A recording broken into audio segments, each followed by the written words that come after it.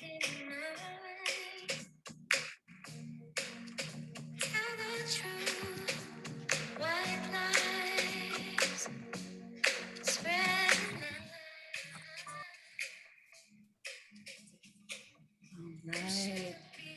Greetings, everyone. Greetings.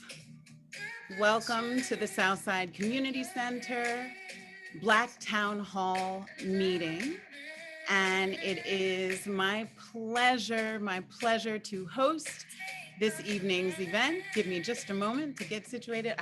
There we are. An absolute pleasure to have you all here. Thank you so much for tuning in to this very critical conversation. Let's just give a little background in welcoming everyone again to Southside Community Center's Black Town Hall meeting. My name is Dr. Nia Nunn, and I serve as the board chair on the Southside Board of Directors. And it is an honor to have created a platform, the board and staff members. I just want to acknowledge our executive director, Miss Siobhan Bunch. Please go visit Southside. Always check out our Facebook and our Instagram account to stay tuned into some special events coming up. Harvest Dinner, Kwanzaa, all kinds of future conversations and Black Town Hall meetings. In fact, we look forward to extending this conversation. We have a variety of incredible panelists today to introduce some of the names and the journey of today's 2-hour session. And I know you say 2 hours, but every time we do Black Town Hall meetings, the 2 hours just goes by so fast. And today I am looking forward to learning. You'll see me with my notebook and my pencil, just fully engaged as a student.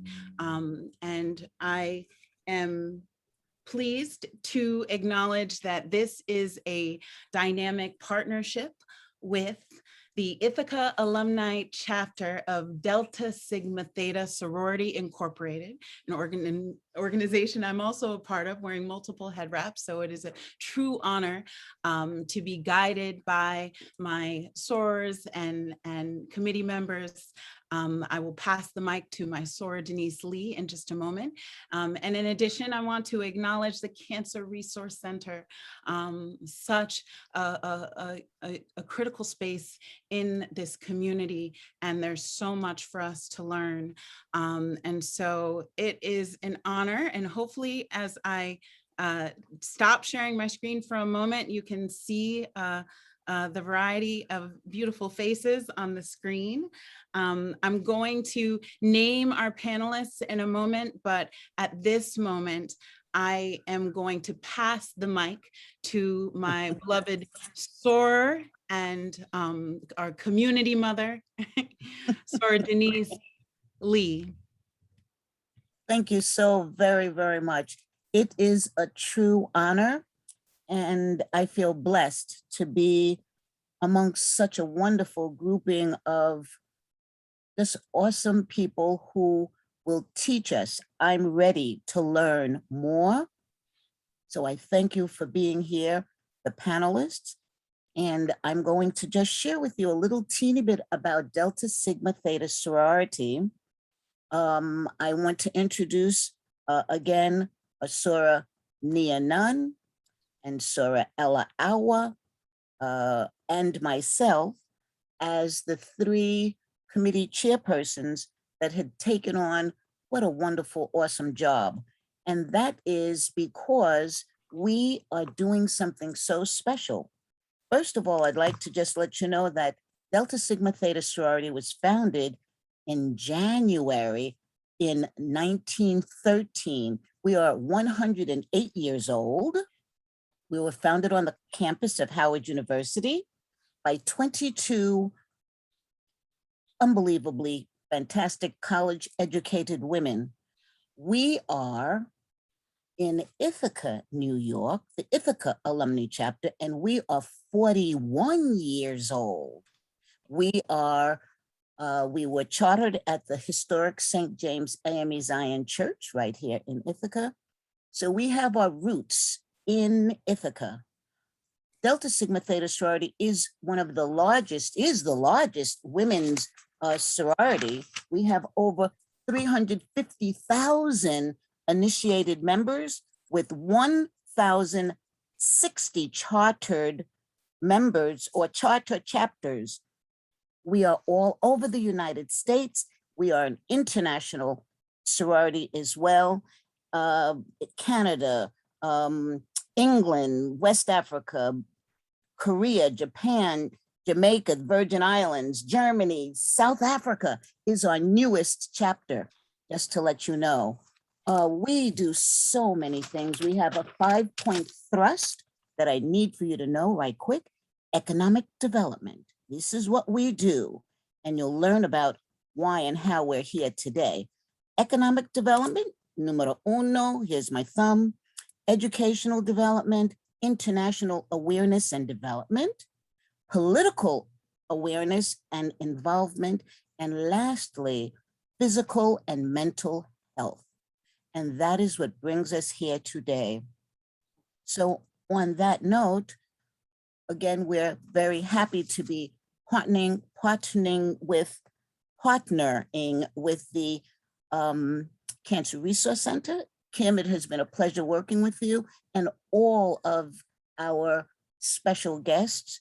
Delta Sigma Theta does this. We are a service organization and we roll up our sleeves and work with people in the community for community members. And it was our goal, our task to meet the needs of people in West Village, Southside, Northside, Conifer Park, all over. Guess what? We're being seen right now in Elmira, New York, at different community centers all over, you name it. This is really big. And I'm going to stop because again, this is what the Ithaca Alumni Chapter of Delta Sigma Theta sorority does. And I know that we're going to learn from you all tonight. So thank you so much for being here. And I'm going to pass the mic to Miss Kim. Miss Kim, please go right ahead. Actually, we're going to pass the mic to Nia. Thank you so much, Denise. And she's going to introduce the panel. Okay, true. Thank you so much. No worries at all. Yes, it's an honor. Thank you, Sor Denise, for sharing and for giving such a history. I don't know if you saw me jump up, but as soon as you started talking about AME Zion Church, I'm actually wearing a t-shirt of Peter and Phyllis Webb, the founders, Peter Webb, who freed himself and helped to build and create the historic AME Zion Church. And I mentioned Southside, but sometimes I mention it as if people know, but Southside Community Center is a historic space here in Ithaca, a historically Black community center that was incorporated in 1934. And it is a space today where we honor the experiences of Black people unapologetically. We create spaces where we can speak to our specific experiences. And thank you for the invitation, or for accepting the invitation to come and engage in this dialogue. So I'm excited to introduce and welcome Dr. Nguyen. So thank you for being here today. Dr.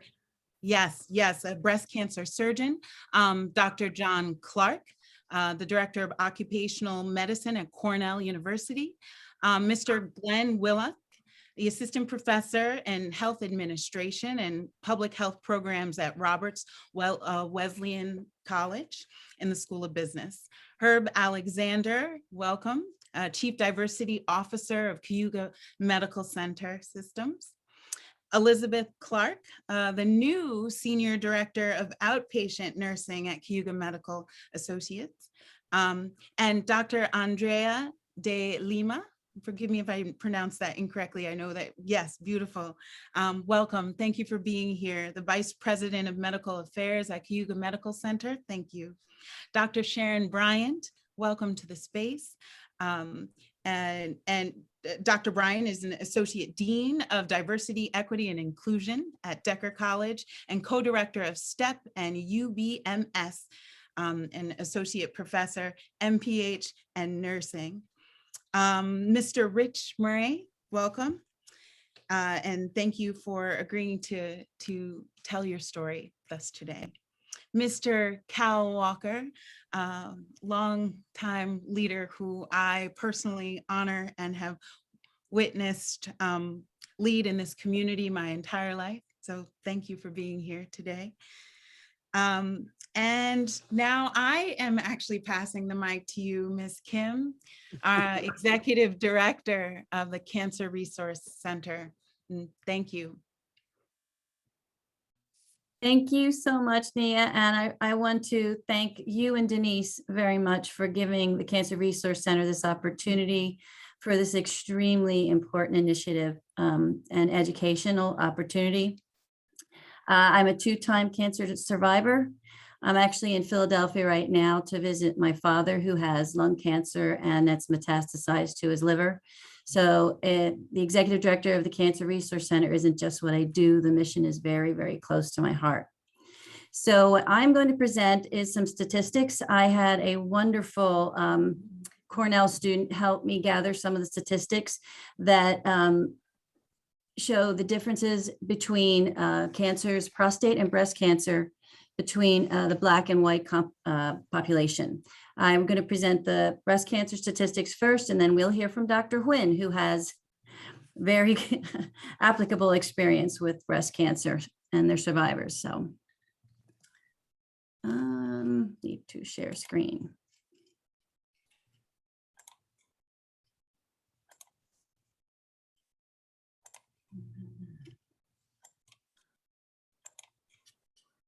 Okay. This is just a little bit of why the Cancer Resource Center exists. It's so that no person faces cancer alone. I really like this quote.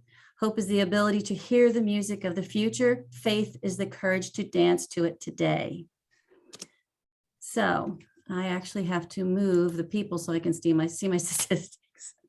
So the average population in Tompkins County is about 100,000. 11% of the residents have a diagnosis cancer diagnosis, excuse me. The incidence of breast cancer in the United States for all races is about 126%. It's for whites, it's 131, and for Black women, it's 127. So it's actually higher in white people than in Black people. But the difference is the treatment and the diagnosis.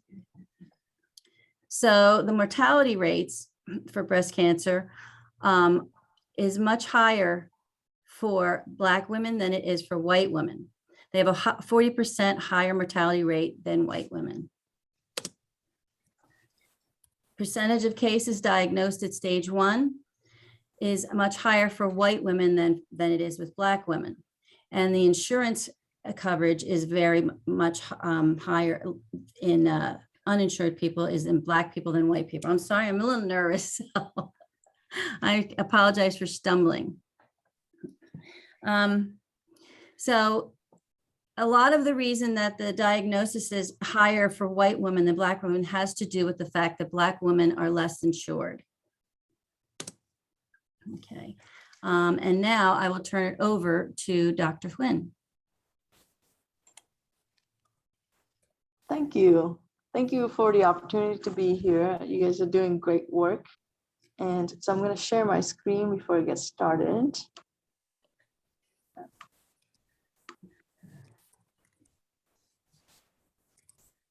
All right. Should be able to see that. Kim, I appreciate the lead in. I think that detection is really important and early detection does matter. I am a fellowship trained breast cancer surgeon. I was a general surgeon before that. And then before that I was a biomedical engineer. Worked in nanotechnology, tissue engineering, medical device, and DNA technology, but wanted to make a more directed impact. So dove into healthcare and more specifically, very passionate about women's health and working with others to make a difference. And so hence breast cancer. I work for the Cayuga Health Systems, and I also have other aspects outside of work that has to do with innovation. So today, for our short presentation, the goal is to get an overview of general breast cancer risks and breast cancer screening and recommendations. As Kim has mentioned, is very important in terms of the difference in the statistics of outcome, and a big part of that has to do with early detection. And so we'll talk a bit about that, and also give people some context about familial and genetic risks related to breast cancer, and then high-risk screenings and reductions. So risk factors for breast cancer can vary. And so it's all of these things, these puzzle pieces coming together. So there's not really one thing. Major risk factors, of course, an elder age, if you're a woman with previous history of breast cancer is also a factor. Hormone replacement therapy, known genetics such as BRCA gene 1 and 2, or first family relative of breast or ovarian cancer, or sometimes patient may be diagnosed with what we call atypical lesions. In addition to that, minor risk factors is if you have hormone exposure, so early menarche, menopause, late menopause, or not have any children, or previous X-ray when you're younger than 30. Tobacco use is an important aspect in terms of risk factor for any cancer, but also breast cancer. If you've had multiple previous biopsies, late pregnancy, alcohol usage, and also family history of second degree relative with breast or ovarian cancer, and obesity is also a risk factor. Now, the recommendations from the Surgery and also Radiologic Society, and there's a lot of information on this page, so I just want to highlight the key aspects here for people to take home, is that annual mammogram for an average risk person starting at age 40, okay? And if you're at higher risk, whether it's because of the factors I mentioned before coming together, putting you at more than a 20% lifetime risk, or have a strong family history and also genetics, then we recommend starting earlier. So this is where you tend to talk to your providers about starting, if it's not a mammogram, then on considering ultrasound or MRI at earlier ages. So it's very important. Early detection comes from early screenings, and higher risk people should get screened earlier. Now, why does it matter, right? So Kim shared some information about survival. And so as you can see here in cancer staging, breast cancer staging, 5-year survival for stage 1 is really good, 98 to 100% in 5 years. Stage 2, 90 to 99%. When you start getting later than that, the statistics start to trail off. And so the local, regional, or distant is just really to give context about if it's localized in the breast, and regional if it has gone to the lymph nodes, or distant has gone to other organs. And so Kim already alluded to some of these statistics, and it's very similar, right? Is that in terms of, even though more Caucasian women have diagnosed with breast cancer, more African-American women die from breast cancer. And so what can we do as a community to help people get their screening earlier? Because the early diagnosis does matter. So in terms of context, if we take a pie of 100 breast cancer patients, only about 5 to 10% of that is from known genetic risks. 15 to 20% is from family history, strong family history, but we're still learning about genes. So that means that 70 to 80% or so breast cancer is from environmental or chance factors and all the other factors that I mentioned. And so, and that's right, about 1 in 8 women have breast cancer. Is a very common thing, unfortunately. So if you fall into the high risk categories, the general recommendations is to have MRI annually and mammogram annually, but you stagger that every 6 months, along with a 6-month clinical exam, monthly self-breast exam. Now, things that we can do to help decrease risk of breast cancer overall is maintaining a healthy lifestyle, low animal fat diet, exercising, decrease alcohol consumption, and maintaining ideal body weight. And also considering other things such as chemoprevention and medications. That's something you can talk to your physicians about. And then prophylactic surgery, that is something to consider. It's mostly considered for very, very high risk or genetic predispositions, but I think patients can talk about those options with their physicians as well. So as mentioned before, some key aspects here is that for patients that are average or asymptomatic, consider getting a mammogram at age 40. And then for patients, for sometimes the recommendations are also getting a baseline mammogram at age 35, because you can compare and contrast. And then of course, self-breast exam and also the healthy lifestyles. Something to consider too, we often get questions about radiation, just to give some context to people.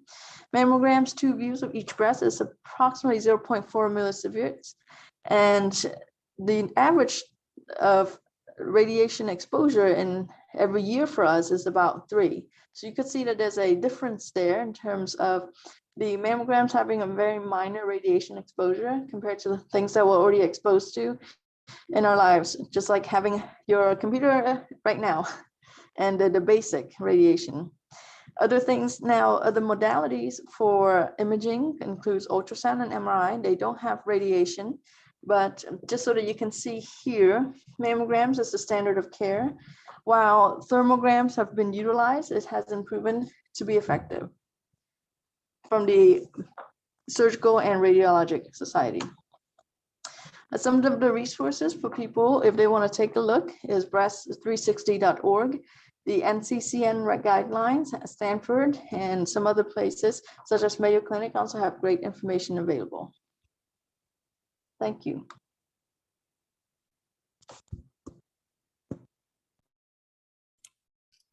Thank you, Dr. Nguyen. Now I'm going to put up a few statistics about prostate cancer.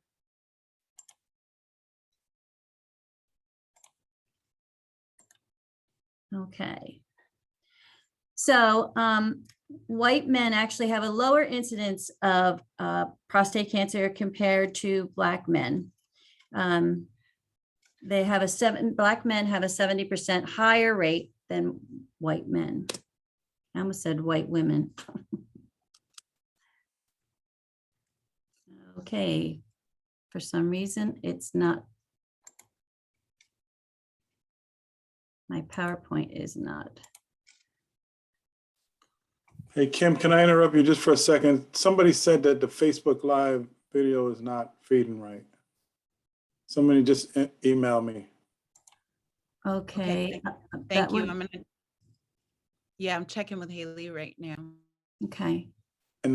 So I gave the link to a nurse practitioner named my nurse practitioner, so she could watch this. She's from Bath Medical Center. She's on Patty Thumb.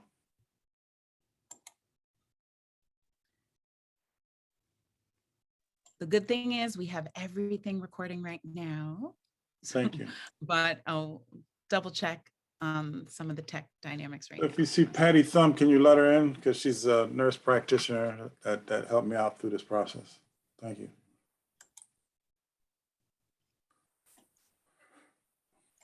Sorry, everyone, technical difficulties.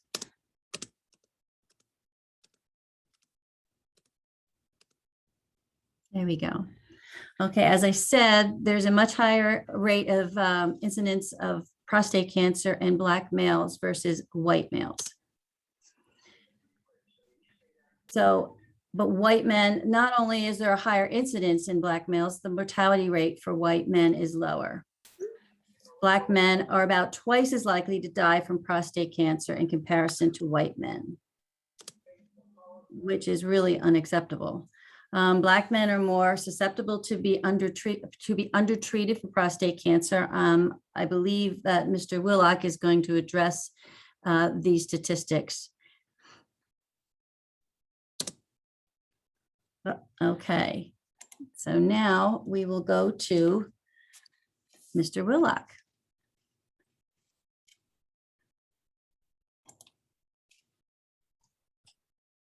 So I would start sharing my screen momentarily. And see here. So can you see the full screen yet? Or it's just halfway? You just have to, yes, you have to from the beginning. Got it. Okay, so I've limited time, so I will go kind of fast. Please forgive me, it's been recorded. So you'll be able to double back and ask questions later on. So as Kim just said, the news is really depressing when you look at the statistics of Black males. And this is part of what my doctoral thesis is about. I study the Black male population, which seem to be forgotten. I'm glad it isn't at this clinic, but Black males are dying at a very, very fast rate, and higher mortality and morbidity rates in this population. If you notice here, in every age group, Black males, it's not first, second, or third order of cancer diagnosis in general. So it's killing a lot of Black males, and it's not acceptable at all. Leading causes of death in the United States for non-Hispanic Black males, and this was data taken from 2016. It has not become really better. Cancer is the second leading cause of death. Hey, I'm not Glenn, even, I don't know if it's just me, but the screen isn't going through. Can anybody else see the screen? I can see the screen, but it's not traversing through the slides. oh, that's bad. I'm going through the slides, but it's not working. That's not good. Oh, Let me back up one step and see if that helps. Did you see me forward a couple minutes ago? No, sir. Nothing is moving. No, sir. I had an issue too, Glenn. Maybe if you exit PowerPoint and try to come back in and share your screen again. Okay, Things are so much easier when we can do presentations in person. Mm. just let me kill this and let me get out and go back in. Always something. Okay, I'm trying this again.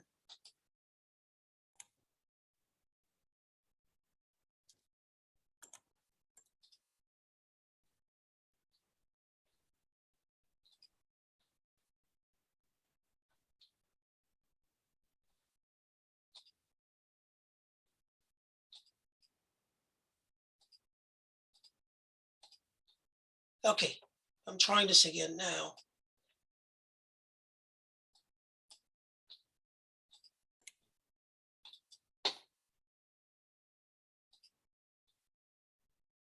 Okay, can you see my screen now? Yes. Yes. Okay. Can So you let me select pop this up. slideshow at the top of your screen Yeah. along the bar? I'm gonna pop this up now, and it's full screen, and I'm gonna jump to the second screen. Did you It's see not that? full screen. It's not full screen. No, it's not. Yeah, Oh. brother Glenn, if you you know that button you clicked there at the top, it's like a like the play button that you just clicked. Yeah, So if you click that one more time and go back to how it was, and then go to slideshow instead of clicking that button, because that one freezes the screen. oh, okay. Yeah, so go to slideshow over to the right, about 4 over. If you go to your right with your mouse, slideshow, hit that, hit from current slide, and we should be able to see you now. Do you see it now? Do you have 2 screens? I'm using one screen. Okay, well, maybe you won't be able to use slideshow. Maybe you just have to go through it like this, maybe. Oh boy, this is not good. So I'm just gonna quickly go through the slides. I hope that the recording system can capture most of this stuff. That's disappointing. So yeah, this is about the leading cause of death in Black males. And cancer is the second leading cause. I don't know if you can see me. I just changed the screen. Cancer is just 20.9% in the non-Hispanic Black male population, which is really high. The highest is heart disease at 23.7%. And this is for all cancers. Statistics, and statistically speaking, Black men live 7 years less than men of other racial groups. They have a higher death rate than Black women for all leading causes of death. Black men have the lowest life expectancy and the highest death rate, relating to specific causation compared to both men and women of other racial and ethnic groups. 44% of Black men are considered overweight, 37.5 are obese. Black men suffer more preventable oral diseases that are treatable, and Black men have a higher incidence of diabetes and prostate cancer. So who's at risk for prostate cancer? All men. You're a man, you're at risk. So out of every 100 American men, about 13 will get prostate cancer in their lifetime. The most common risk factor is age. The older a man is, the greater the chance of getting prostate cancer. Who's involved? African-American men were more likely to get prostate cancer than other men, more than twice as likely to die from prostate cancer than other men, get prostate cancer at a younger age. We tend to have more advanced disease and more severe. The severity is higher than other males. You can see the little graph I have here about newly diagnosed cases, which is 51.110% in the 65 to 69-year-old age group. So should I get screened for prostate cancer? Absolutely. Men are at higher risk, and Black men particularly. So in 2018, the US Preventative Service Task Force made the following recommendations about prostate cancer screening. Men aged 55 to 69 years old should make individual decisions about being screened with a prostate-specific antigen or PSA test. Men should talk to their doctor about the benefits and harms of screening for prostate cancer, including the benefits and harms of other tests and treatment. Men who are 70 years old should not be routinely screened for prostate cancer. Barriers to healthcare for Black men. There are a couple important barriers. The first is socioeconomic status. And someone spoke about the insurance issue with females. The same holds true. Masculinity, the ideas of being a male and I'm tough and I'm strong, so I'm not going and see the doctor. It caused a lot of delays that can be prevented, and the outcomes are not optimal at all. Racism. Systematic and institutionalized type racism plays a huge part in the medical delivery of healthcare. Lack of awareness for the need of routine primary care. That's a huge one. Religious beliefs and peer influences. All of them, it's not as simple as some folks think, it's complex, and the distrust of the medical community by the African-American, male population particularly. Always imagining that the research and health community is trying to do them harm based on past experiences. And I'll name well-known one, the Tuskegee experiment. We haven't forgotten that. The need, culturally sensitive health education intervention planning, health beliefs about prostate health, delaying or avoiding screenings. It's a big one. And again, the longer you delay, the more aggressive when you are diagnosed, the more interventions are required, the treatments are more, intense. 80% of the study revealed they were embarrassed for having a digital rectal examination. So if you have to do that to save your life, fellas, get on your knees. 60% feared impotence or incontinence post-treatment if diagnosed. Where do you get the treatment? Planning culturally sensitive educational interventions is an imperative as far as I'm concerned, and interventions and early detection may narrow the health disparities gap in this population. So the literature, I'll just do this really fast. After 250 years of social segregation and discrimination, current health data confirm that African Americans are the least healthy ethnic group in the United States. The health of African Americans has not been a priority for decision makers. They try to, but it's not working out. We need to do something better. Inequality in healthcare is killing African Americans. Implicit bias and racial disparities in healthcare is really doing a lot of damage that needs to be addressed. That explains why Black people are sicker and why they die earlier than other racial groups. Many factors contribute to increased morbidity and mortality. So the extrinsic and intrinsic barriers to care are, and there are subcategories to this, lack of health awareness, I just alluded to that, fear healthcare as needed, and medical mistrust and fatalism. Extrinsic barriers include cost benefit, can't afford it, lack of insurance or underinsurance, clinic experiences, cultural and linguistic differences.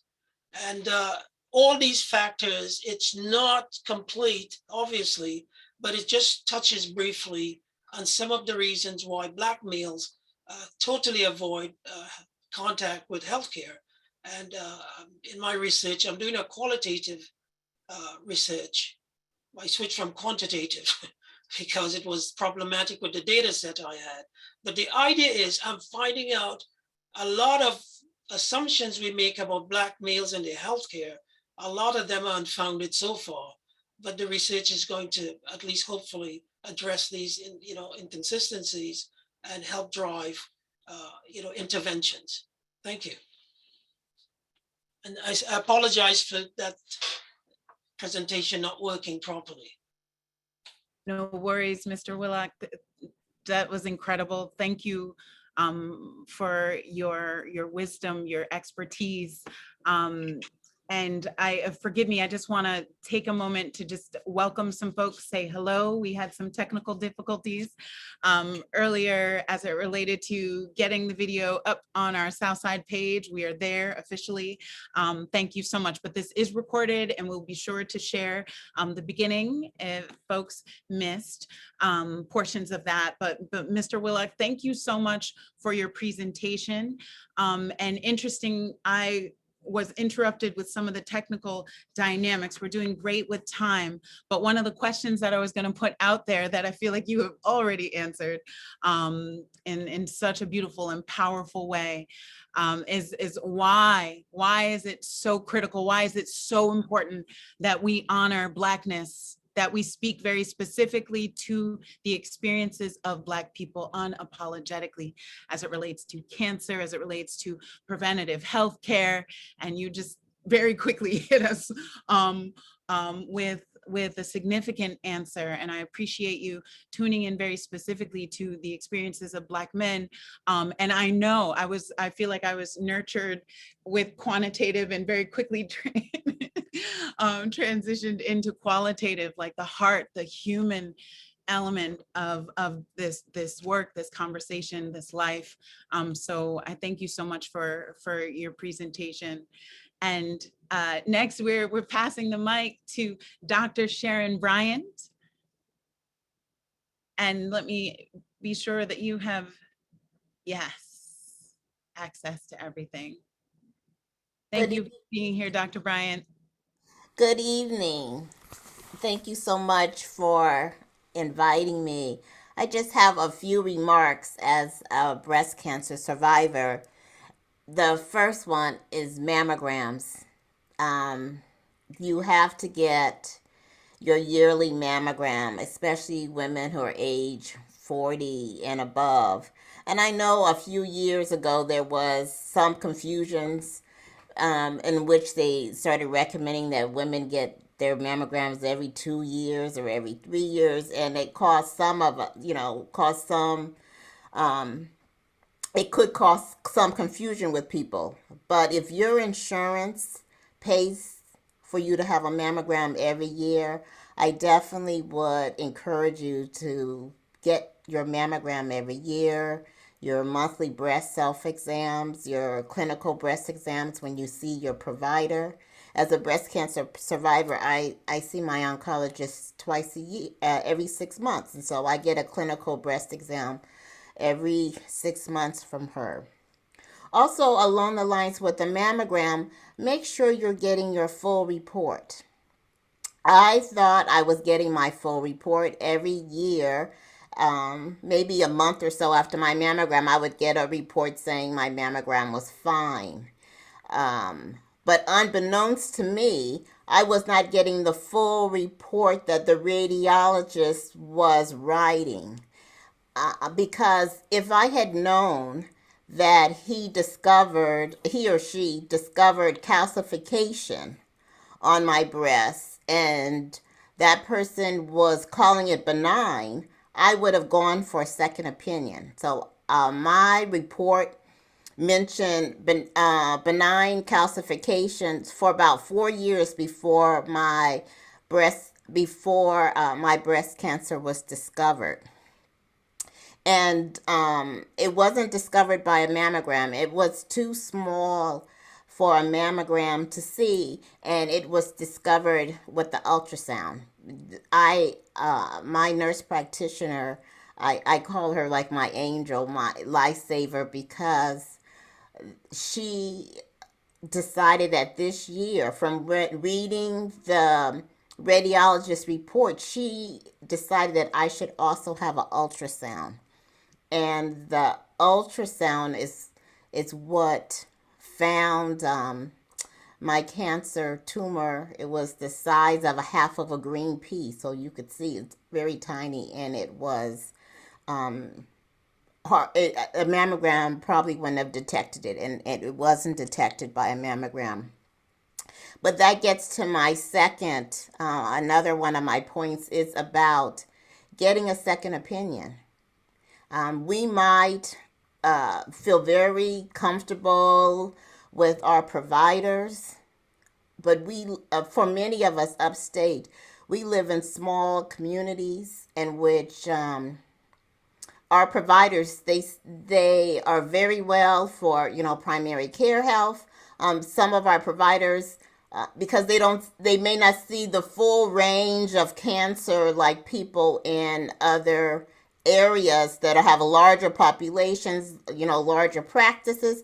And so I would tell people to consider a second opinion, because the second opinion is what really saved my life. Because as you can see, my providers in Binghamton saw my calcification as benign. They recognized my tumor. But if they had gone in and if I had surgery up here, they could have disturbed cancer that they didn't even recognize, and it would have been like a silent killer. So, I'm so very grateful for the second opinion. And I went to Memorial Sloan Kettering.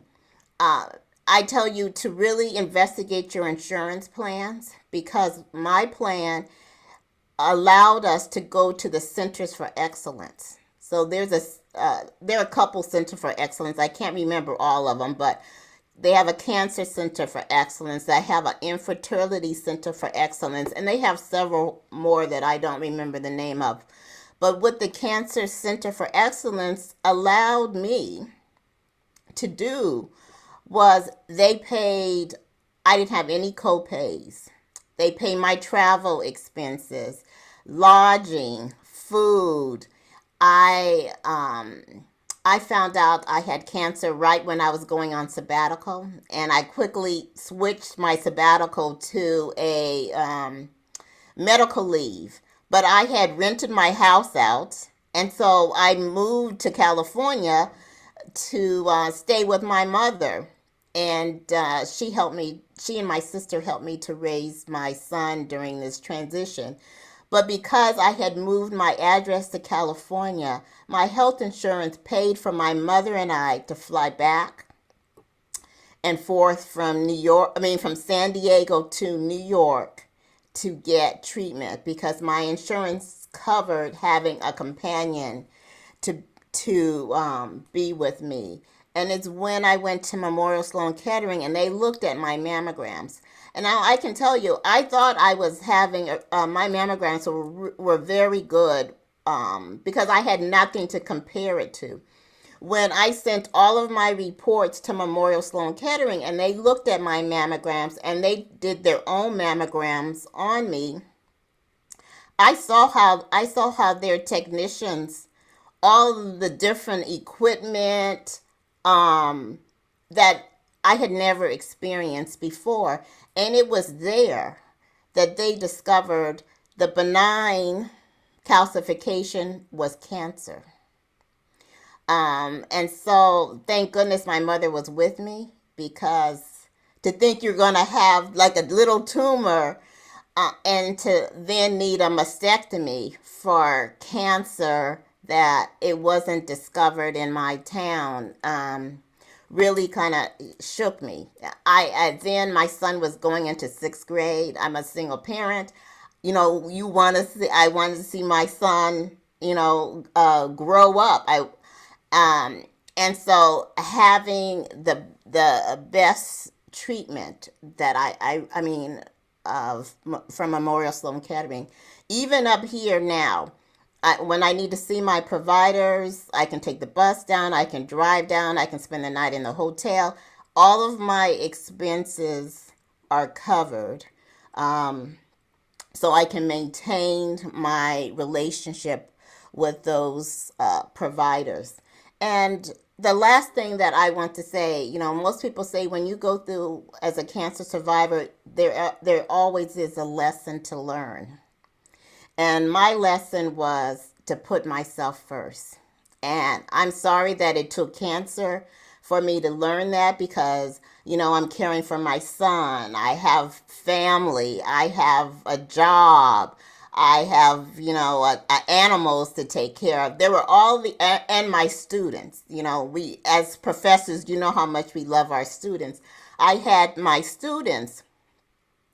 And what I learned is to go on this cancer journey, you have to think about yourself first.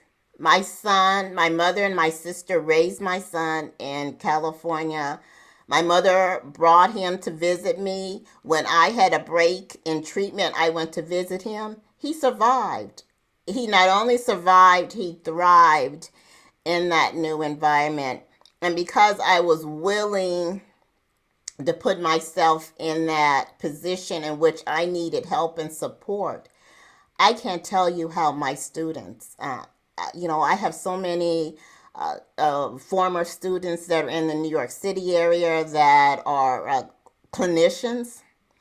And I never went to an appointment by myself without one of my students there listening to the providers as they were explaining their decisions about my care. Anytime they mentioned a research study that they were using to support their reasoning for my care, before I could get home, my students had found the article and sent it to me and told me their notes, whether or not they agreed with the support. And I had students sit with me through chemotherapy. One of my students renovated a room and he and his wife's apartment. So I would have a bedroom when I was going through radiation. Even though I was living with my aunt in Brooklyn, sometimes the weather would be bad and they said, Dr. Bryan, spend the night with us so you don't have to travel all the way to Brooklyn. I had students who would come and sit with me at my aunt's house, my colleagues. When people would come through New York City, either to visit their family or for trips or traveling, people came a couple hours early and stopped by to visit with me, or they called me. And I can't tell you. And then on top of this, my sister and my nephew went bald with me. And they stayed bald with me until my hair grew back. And the funny thing is, I'll end with this, my uncles who were bald shaved their beards and mustache and were with me through this entire journey. So I would tell you, surround yourselves with a support team, one that lifts you up, one that keeps you positive, and for you to decide what your journey is and how you will handle it. I know some people believe in support groups. I'm one of those people who takes on other people's energy. And I was afraid that if I was around people who were having a hard time, I might take on that energy. So I surrounded myself with the team of positive team. And I can tell you there was only 2 days that I didn't get out of bed. Because I was in so much pain. Other than that, every day I got out of bed, I got dressed, and in this supportive cocoon. And the final thing I have to mention is I stayed with my Aunt Mary. in Brooklyn who, my family's from the South and we believe in gardens. And so my Aunt Mary has a big garden and she fed me organic food to get her niece. She was trying all her best to get her niece well. So as they say, it does take a village to raise children. It takes a village for as a breast cancer survivor to have this group surrounding you on your journey, and I'm grateful for that. Thank you so much for inviting me. Thank you, Yeah. Dr. Bryant. I'm over here making all Thank kinds you. of noise. Yes, I'm like, oh, just honoring your every word you're sharing is just so powerful. And I have to say, before passing the mic on to the next person, and then Sora Denise dive in for sure. But with both of you, Mr. Willick, with Dr. Bryant, with your presentation, what I was taking notes on, you're talking about being an active participant in our own medical care. In other words, you're really emphasizing like this ownership of our own bodies, right? And you speaking about the power and the beauty of putting ourselves first. And especially as soon as you start talking about that Professor Mama Love, I know exactly what you're talking about. And you know, it's just if we're not taking care of ourselves, you know, how are we going to continue to serve? So thank you. Thank you both. Sora Denise, I know you got something. Yeah, you know, I just wanted Yeah. to, I am just so very happy that you shared really fine points. Second opinions, Yes, so important. And right. really just realizing that you should truly have the full report. That's right. Wrote that down too. Mammograms, I mean, I wrote down good notes from you. You were excellent. And Mr. Willock, I wrote down good notes for you also. I really, really did. I am just so moved by these gems. These are gems that you are sharing with us that we will hold on to, and we should continue to talk and share our ideas. You have no idea how you will touch someone's life, and then we're Right. able to share that with the next person. So bring it on. And thank you so much. Just awesome. Awesome. I will say one thing, so many Black people don't have primary doctors. So many of us have two bits of insurance. It's nothing. We have so many problems and issues that by the time you get to what is ailing us, you want to start pulling out your short hairs, you know? But talking about this is so important. So really appreciate everything that I've heard thus far. Yes. Yes. Thank you, Sora Denise. And passing the mic, excited to hear your voice, Mr. Richard Murray. Thank you so much for being with us today.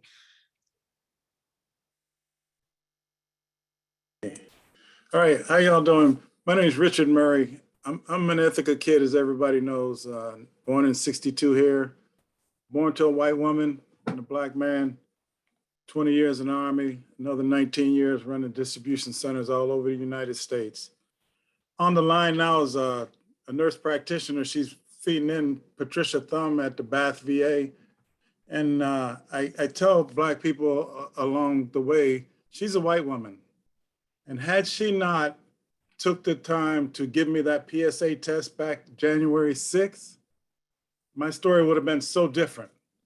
So I didn't know, and the 20 years I was in the Army and all these other years, I never had a PSA test. So Ms. Thumb, she had the test done on January 6th. In fact, yesterday was 6 months ago I had surgery. The PSA test came back as 12, which is high. So she said, we need to get another check since I have insurance at the VA, plus I have TRICARE from being a retired Army guy. So I have good insurance.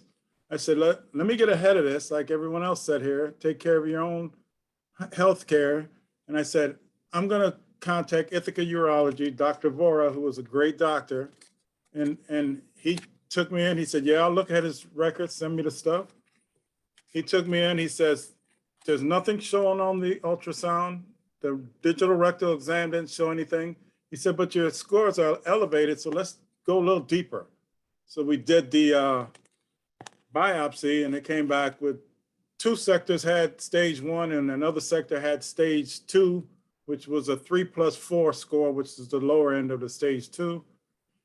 He said, I can't do that kind of surgery because you're at a point where it's low enough where if you have your prostate removed at your age, I was 58 then, I'm 59 now, that you have a better chance of recovery. So he said, I'm going to send you up to Dr. Joseph Jacob, who is at SUNY Upstate, who is a wonderful doctor. He's really awesome. His whole team at SUNY Upstate was so you could just, I knew I was in the right place when I talked to him. So he took me in, he told me my options, and I had to make a decision. And I said, I have 7 grandchildren, and I've got a wonderful partner. I said, I'm not messing around with this. I'll get through any other the side things. So after the biopsy, you got to wait 6 weeks before you can have surgery. So May 3rd, I had surgery up in Syracuse, and I am a CrossFit guy, and I'm in really good shape. I did take Kegel exercises before surgery for about a month, and I took them after. So some of these things that people are talking about, inconsistency and things like that, I didn't have any of that. I don't wear pads or any of that stuff because these exercises, your brain kind of takes over the old system, and now it's muscle memory. But what I will say is that you do have to have a support, because although your spouse may be able to support you emotionally, I had a cousin going through breast cancer at the same time, and she would send me notes at like 2 in the morning, and she could relate to the mental aspect, because that's the hardest part there. The mental part plays a lot of tricks on your mind. I'm 59, and I was saying, am I going to die? What's going to happen? What's going to happen to my kids? What's going to happen with this and all that? So those were the tough things. And I can't tell you guys enough. Dr. Joseph Jacob is so professional that when I had surgery, I would not stay in the hospital because I was afraid of COVID. He said, well, you're in good shape. I will cut you loose. I said, well, I'm going to stay in Syracuse at the Residence Inn. He actually came to the hotel that night to check me out to make sure I was okay. Unheard of, way beyond, so I could tell anybody here, if you have issues with, he's an oncologist, urologist, go see that guy up in SUNY Upstate. His team is awesome. He's a professor as well. And those are the stories that I tell everybody. I tell everybody now, get your PSA check. And like I say, she's online now. I know Patricia Thumb, she's a nurse practitioner. I owe that woman my life. I tell her that the times I've seen her, I said, my story could have been so much worse. Had she not been professional enough to say, this is a Black man over the age of 50. I don't see any PSA tests in his charts. I better give it to him. So, people have horror stories about the VA, but I'm not one of them. And like I tell everybody here in Ithaca,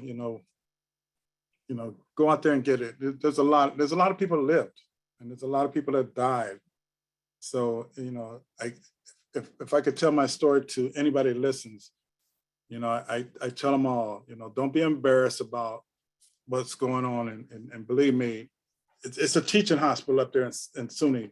So you have to drop your guard and say, hey, don't get embarrassed because these doctors are trying to learn. So you have to just let your guard down and trust the process. If any guys know Dr. Jacob, please reach out to him, say, hey, and Dr. Thumb that's online here, Patty Thumb, great woman. Like I tell her I love her. I've told her every time I see her, I say, hey, look, I owe you my life. I told her I don't have any tattoos. I was going to get one with her initial on my bicep. But Dr. Vora, Patricia Thumb, and Dr. Jacob, I love those guys. And anybody else, just do your diligence and research. Ask somebody what's going on. They can always ask me. I'm not on pads. That's important for especially Black men. They think they're going to be wearing diapers their whole life. I don't wear any pads. I don't have any of those problems, and you can get over it. You just got to be aggressive. Hey, thanks for your time. This is awesome. I really appreciate everybody here, and especially Miss Lee, because she's one of those people that you can't say no to. So she makes you. If I'd have said no, she wouldn't have let me. She would have been on my case all the time anyway. So She knows how to bring us together. and speaking about your sorority, last thing, I'm a Prince Hall Mason, so you know that's the oldest fraternity out there known to us. So let that be known. Have a great evening, people. I'll continue to monitor this. Oh, thank you. Just beautiful. Just awesome. Just Thank you, awesome. Ms. Murray. I don't know where we are with time. We're great. We're great. good. I just wanted to mention one of the big things for us as sorority members, Delta Sigma Theta sorority, and speaking with Kim and working with Kim at the Cancer Resource Center, we were so hell-bent on doing, I wanted to make sure we did prostate cancer for men. Kim brought to our attention that one of our directors, past directors at the Cancer Resource Center, Mr. Bob, had breast cancer. So men can get breast cancer as well. We really need to open our eyes and listen and learn because the things that we have to, again, find out about. Yeah. It's just so much. And so I can't thank you enough for all of these gems that you're sharing today, everyone so far. And so Denise, earlier you were talking too about a great majority of us, or many of us, not having primary doctors, Yeah. right? And just this whole conversation around doing the research. We were talking about this the other day about, having conversations with ourselves and with one another about, we are worth pre-screening and the screening process.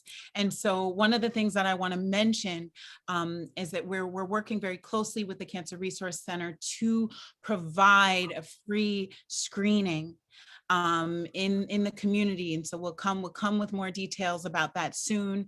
But with, access to screening is definitely the link here. And so we're really looking forward to that. The other thing that I want to emphasize to folks that are viewing, that we're inviting everyone to complete a survey. So I'll keep this up and then I'll go ahead and throw it in the chat, or if someone can throw it in the chat of our live Facebook. That would be great, but just really, really inviting folks to continue watching, but to complete this survey as well. So Denise, were you going to say something? I did want to just make one mention. I was so blessed this morning to hear a whole segment on a Sirius XM radio station, Mr. Joe Madison. If you happen to be able to do an on-demand show for his show this morning, Lou Gossett was on. And Lou Gossett, the famous actor, shared so many names of people that have and are survivors of prostate cancer. He's written a book that is out right now about his every step of the way, his life as an actor and what have you, but his trials and tribulations and being blessed right now, having gone through everything with prostate cancer. So I just thought I'd throw out the name of Lou Gossett, the actor, presently a survivor and is open to share everything. And that was moving. Little did he know we were going to be blessed with such a lovely panel of guests today, talking about breast cancer and prostate cancer. Yes, thank you for that, Denise.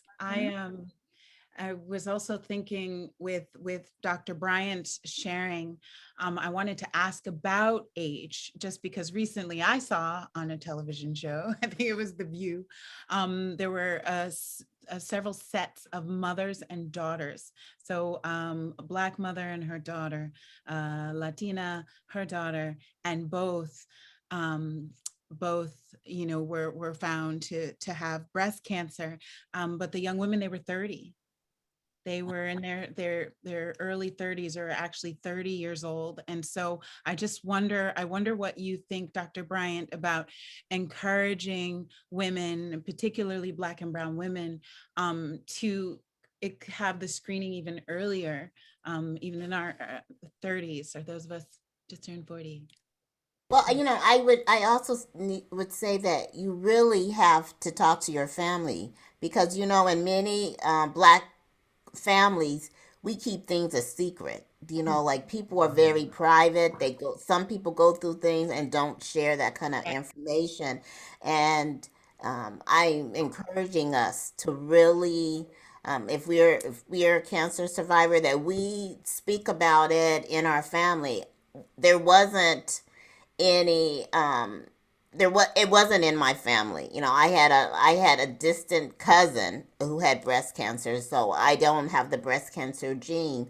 But now that I'm a survivor, I talk about it a lot and in encouraging our young people to before you're 40, if you're not able to get an early mammogram, but that you do your own breast self exams and make sure when you go to your yearly OBGYN appointment, you get a clinical breast exams because so many people have found lumps on their own by doing self breast exams. So I definitely would encourage people taking their own ownership of their health as well.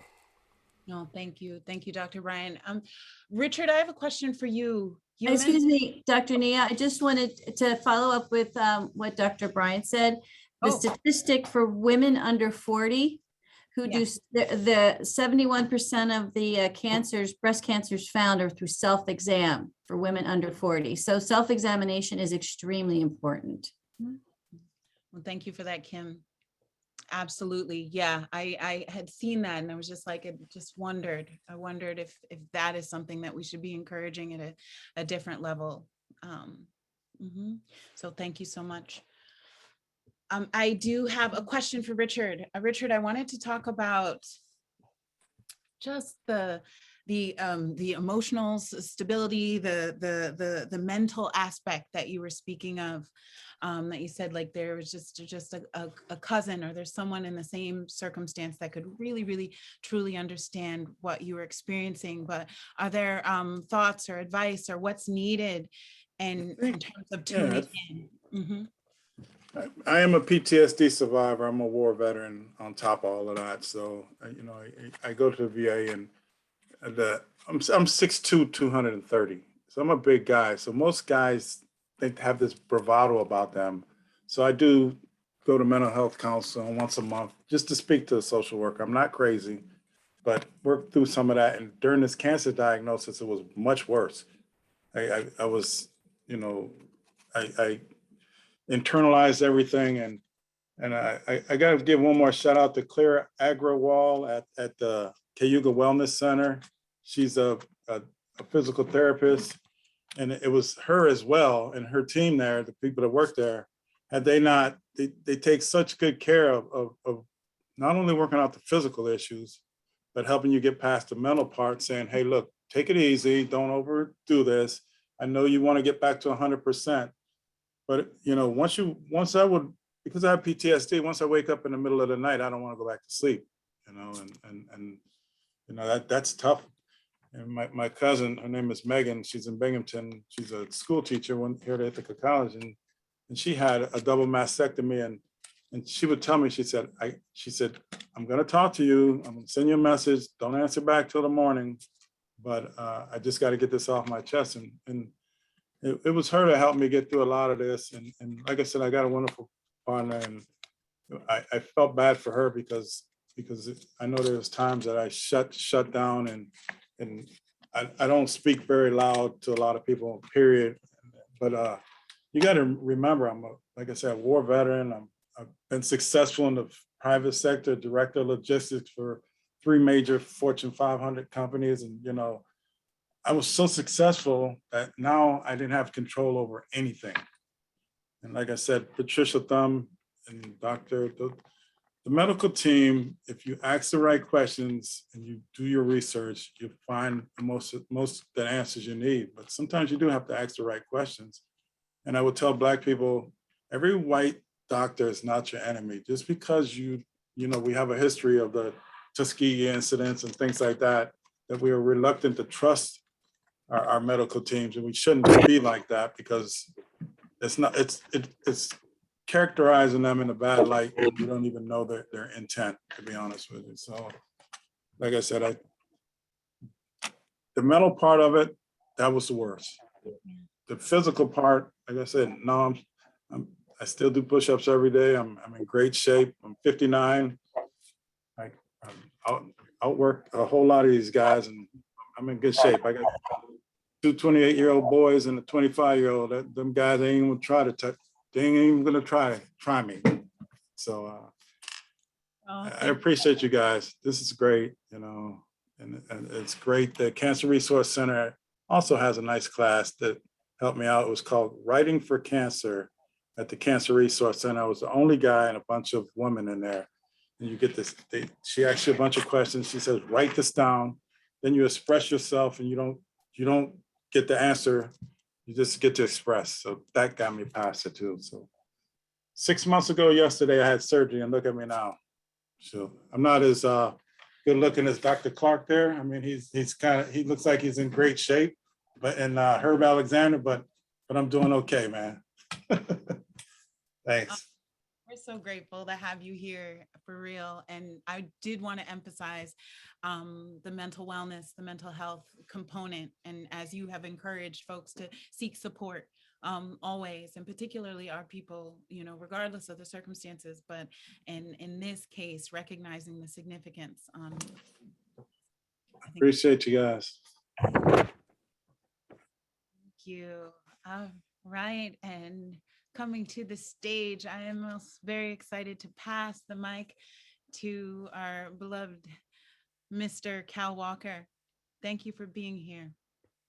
Well, good evening, everyone, and thank you, Dr. Nia, and thank all of you. As I listen, the sharings that I'm listening to, I mean, they're both informative and incredibly inspiring, and I just really appreciate the opportunity to be on here tonight.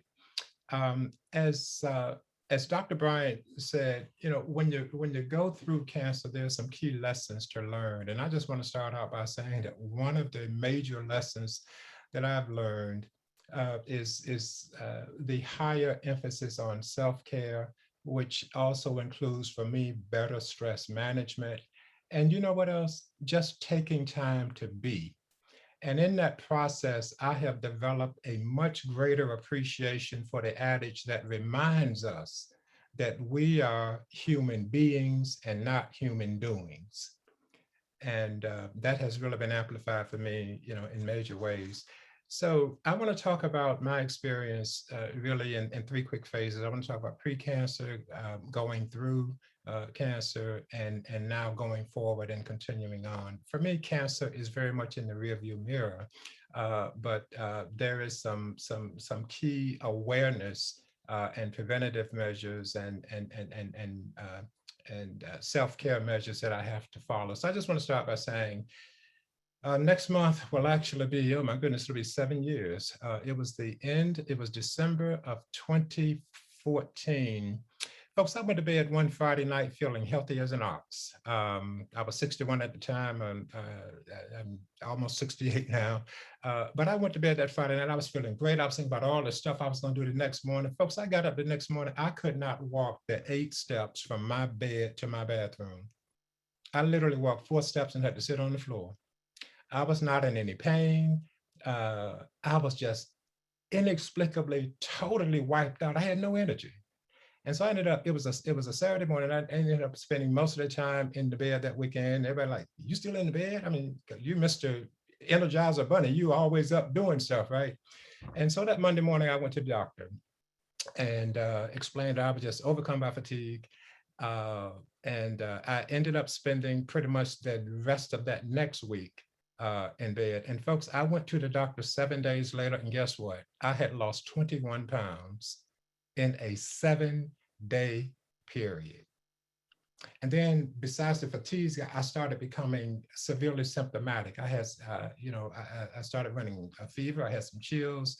I started to develop mouth sores. I ended up spending weeks in the hospital.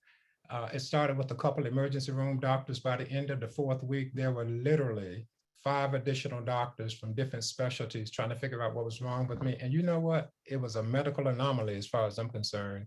To a person, the doctors were saying, in effect, and I'm paraphrasing, Mr. Walker, it is inexplicable.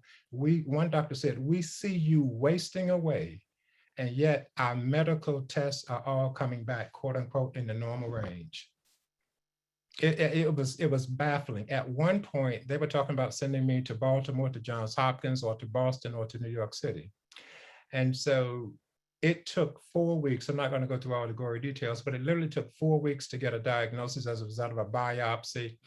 And the most chilling thing, the first information I got about my diagnosis was a peripheral T-cell lymphoma. And so I also want to say that I lost I lost 21 pounds the first 7 days. And so now at the end of the month, it was like day 29, I had gone from 180 pounds down to 148. That's 32-pound weight loss in about a 28-day period. That's more than a pound a day, right? And so there was finally a definitive diagnosis, peripheral T-cell lymphoma. And the first piece of definitive information I got about that, and I still have this information, it said on the front page of about a 3 pages of information from a medical journal or something like that. At the very top, it said, without immediate treatment, survival for a peripheral T-cell lymphoma is normally a few short weeks. Folks, I was at the end of week 4. And quite frankly, my oncologist, after we started treatments, which I'll talk about in a little bit, I said, this is what I read the day that I got the diagnosis, and one of the nurses was kind enough to give me essentially a medical fact sheet. And I quoted what it said verbatim, without immediate treatment, survival for peripheral T-cell lymphoma, normally a few short weeks. And what he said to me was chilling. He said, in effect, had I not gotten a biopsy when I did, there may very well not have been a week 5 or 6. And so, this was, so mine was a T-cell lymphoma. I won't get into all the medical stuff, but it was on the rare end, the rare spectrum of lymphomas. Most lymphomas are B cells. I had a T-cell, and it was on the rare end of that spectrum. And so my treatments began immediately. It was a very, very aggressive cancer. I was on a combination of chemo drugs, where I had, it was 5 months. It was from, I got sick in December. I got diagnosed in January. I had 6 cycles of chemo all the way up until May, 5 months. And the 5 chemo drugs that I had were so potent, and this is a quote from the pharmacist, nobody else in the hospital, in the infusion clinic gets this because people can't typically tolerate it. People are typically convulsing when you try to give them this combination. Folks, you know what? It didn't bother me a bit. I went through 5 months of the most potent cancer, more than most potent chemo, and didn't have nausea, didn't have vomiting, and didn't have diarrhea. And it was an absolutely amazing experience. I realized, and I need to hasten to say this because, like Richard, I had a cousin. I had a cousin who was going through breast cancer. I'm from Tuskegee, Alabama. My cousin Janice and I were about 6 months difference in age. Janice lived in Columbus, Ohio. We kind of grew up together before we, like so many Black families, migrated, immigrated, migrated, that great Southern migration, right? And so Janice was in Columbus, and Janice had had a couple of different kinds of cancer, and then she developed breast cancer. And so we were comparing notes, right? I was going through my 6 cycles, 5 consecutive days every 3 weeks for 5 months. And then she was telling me what, the milestones were in her treatment. And while I went through, I can honestly say that for all intents and purposes, I sailed through chemo. it beat my cousin bad. She was a woman of great faith. And she called me one day. She said, "Cuz, I can't do this anymore." She said, I got to stop this. It's just, I can't take it." And she knew what the consequences would likely be. And I was there when she died. I went over to see Janice, even though I was still going through treatments. I had a friend drive me to Columbus, Ohio, 502 miles from my house to Janice's house. And so when I talk about the relative ease with which I went through incredibly harsh chemo, I am ever mindful of the fact that chemo is not kind to most people, and that I was exceptionally fortunate to be able to go through something that challenging without the complications. Now, because the cancer diagnosis I had was so aggressive and on the rare end of the spectrum, they told me from day one, this is what you're going to have to do. This is what we're going to give you, because this is your best chance of survival, essentially. I'm paraphrasing a lot of stuff, right? But they said, for you, given this cancer and the aggressive nature of it, even though you're going to be put through the ringer with this chemo, for you, that's only phase 1. Because after this, your body is going to have to heal for 2 months at least. And then you're going to have a bone marrow stem cell transplant. So from January to May, I had all this treatment right here in Ithaca, rested up for a couple of months. And from June to August, I was at Roswell Park Cancer Institute in Buffalo for a bone marrow stem cell transplant. And so that was essentially my cancer journey. And I want to say that I had tremendous supports to draw on. Obviously, I had family and friends, and this community just poured out of, its support in so many ways. I've been in this community for 40 years, and the love I experience is testament to the fact that I recognized years ago, this is a special place, and I ain't going nowhere, right? I'm going to be here. And so a lot of support there. I also had great support from medical providers, certainly Cayuga Medical Center, where most of my treatments happened, through what was formerly Cayuga, it was CHOA. It was, it's now the cancer, help me out here. CHOA is now the Cayuga Cancer Center, I think it is. That's going downtown, yes. Yeah, Okay. Cayuga Cancer Center downtown, yeah. Right, so they're right there physically, right there with, at the major at the main hospital. But in addition to Cayuga Medical Center in Roswell Park Cancer Institute in Buffalo, I also got treatments, as Dr. Bryant was saying. When I completed phase 1, before I went into phase 2, which was the stem cell transplant, I went to New York City, Cornell Weill Medical, to consult with one of the nation's foremost lymphoma specialists, and was very pleased to say, look, Mr. Walker, if you were here, we'd be doing exactly the same thing. So your doctors in Ithaca and your doctors in Buffalo are doing exactly what we would be doing, and I wouldn't change a thing. And so that was great. And I also want to say, I shout out to Cornell University, because when I went to New York for these treatments, Cornell University provided, now many of y'all know that I worked at Cornell for 25 years. I retired 3 years ago from long-term disability, but Cornell provided complimentary bus service on the campus-to-campus bus. If y'all have never been on the bus, that bus is like cool, right? I mean, it's awesome. And so they provided rides to New York for medical treatments. And so I had a lot of supports. And I just have to say this, and this is not parenthetical. I just need to say that in addition to the layers of support, my healing was really assured early on through answered prayer. And that's a really compelling part of my story. I'm not going to go into it here, but if anybody ever want to hear the full story, just contact me and I'll be happy to share it. So I've talked about the pre-cancer, I've talked about the going through. Now I want to talk about the continuing piece. So as I reflect on those experiences of having gone through cancer, and then I look at going forward, for me, that means being deliberate and intentional and proactive, and being acutely aware and responsible for self-care.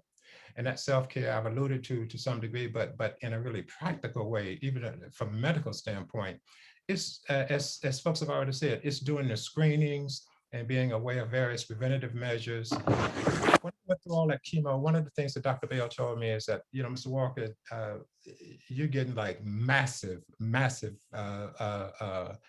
chemo, And he said, I need to let you know. And this is like early on in the process. He said, chemo can predispose you to secondary cancers. So for me, that means being incredibly proactive. And I need to tell you, so interesting. I see a dermatologist regularly for skin cancer, not skin cancer, but, just to make sure that skin cancer, is not developing. And in terms of prostate cancer, so here's what's interesting.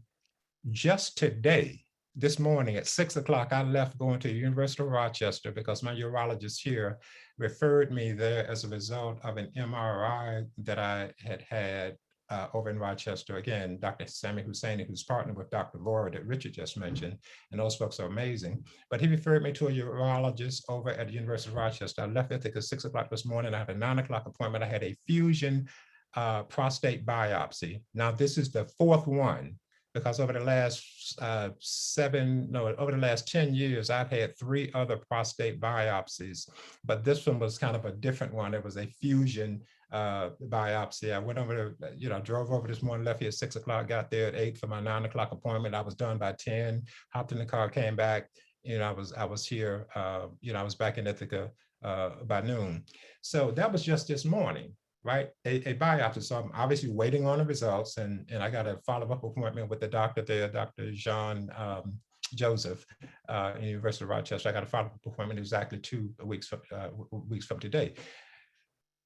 And this is all part of taking appropriate screenings and stuff. Well, guess what? In addition to that, last Tuesday, I went to my dermatologist because I had a spot right here at the tip of my nose that was bleeding. And I used to be able to just press a Q-tip to it and it would stop.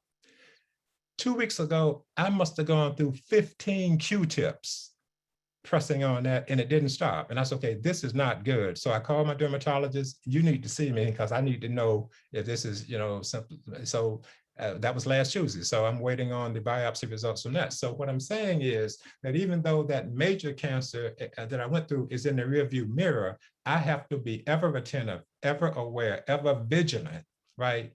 And listen, let me tell you this too. In terms of Mr. Warlock gave some great information that included reasons that some of the reasons and some of the causes that people don't get themselves checked out. Listen, so I'm the oldest of 3. My brother was 2 years younger than me. He still lives in Alabama, and I had gone through all this cancer, right? This incredibly, this cancer could have took me out. Most people still say, even in some of the medical communities, it's a miracle that you're still here. So my brother is 2 years younger, and I said, man, have you done your prostate screening? Do you know what your PSA is? And so he called me maybe about 2 years after I had gone through cancer. He said, hey man, they say I got prostate cancer. Oh, what do you mean they say you got prostate cancer? And then Richard, he told me what his PSA was. It was like over 50. And I'm thinking, are you serious? I mean, how can it get over 50? Haven't you been getting yourself checked out? Well, no, man, I had thought about it, but I never got around to it. You see what I'm saying? Now he's fine. He's fine. He lives in Auburn, Alabama, which is kind of a stone's throw from Atlanta, about an hour and a half. And so he went there and he had the surgery and all this. So he's cool.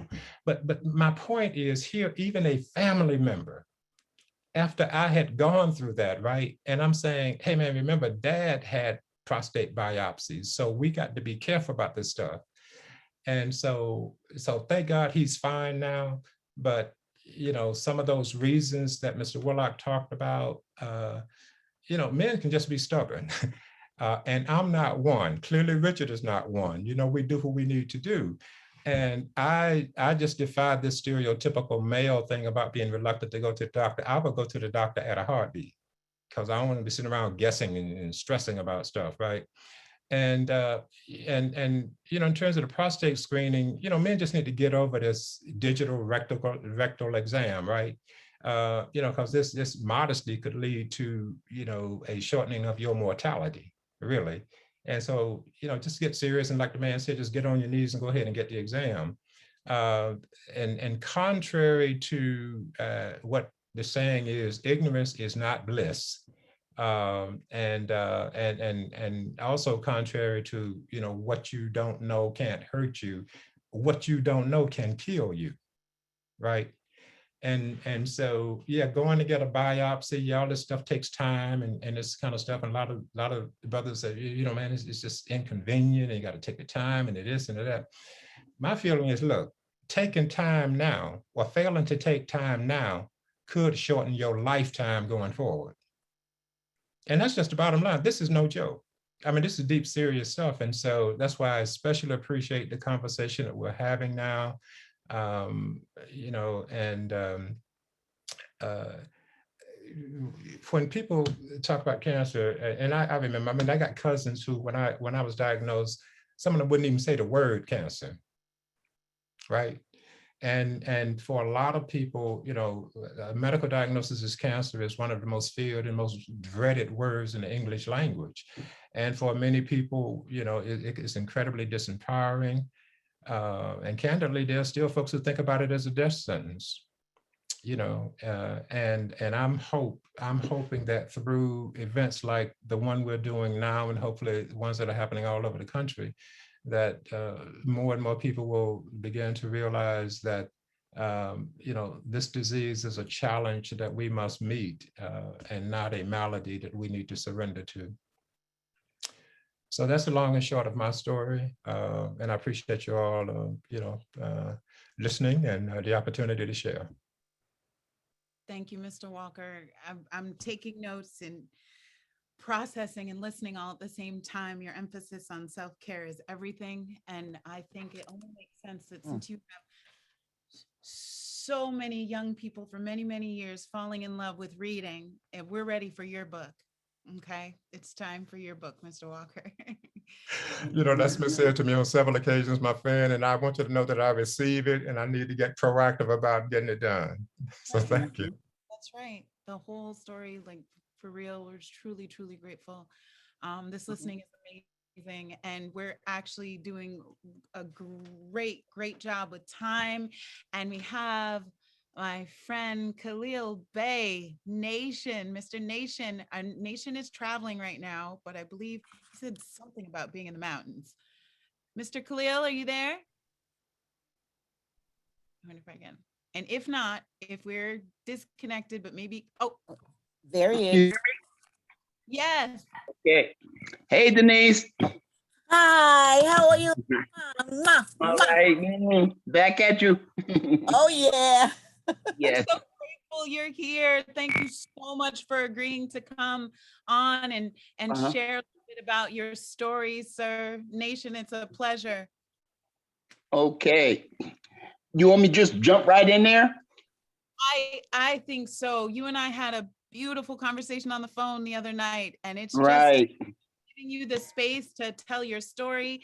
There are, I know you can't see, but there are several of us on the screen, and then there are hundreds and hundreds of folks listening, probably thousands. We've got the radio station here and everything. So, sir, this is just an opportunity for you to breathe out a little bit of your truth. Okay. Yeah, I was catching Cal when he was talking, and I understand he mentioned about, you know, once you get diagnosed with that cancer, the big C, right? It's like, oh my God, everybody thinks that cancer means death. And, you know, fortunately, I had an early detection, and I was able to get on top of it. They didn't do any radiation. It was just chemo, and it was like almost once a month. So, you know, I was kind of upset because I was asking, doctor, how come I only get chemo once a month?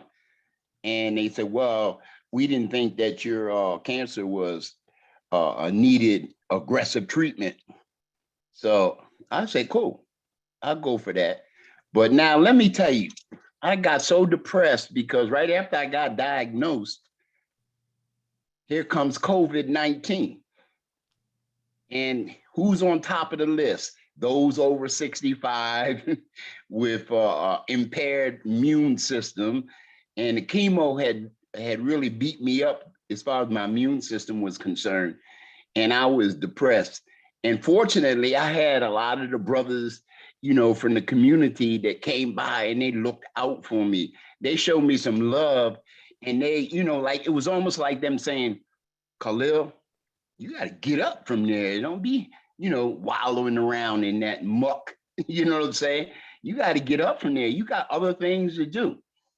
And, I had to let that marinate for a while. And then eventually what happens is I was able to, like pull myself up into a positive frame of mind.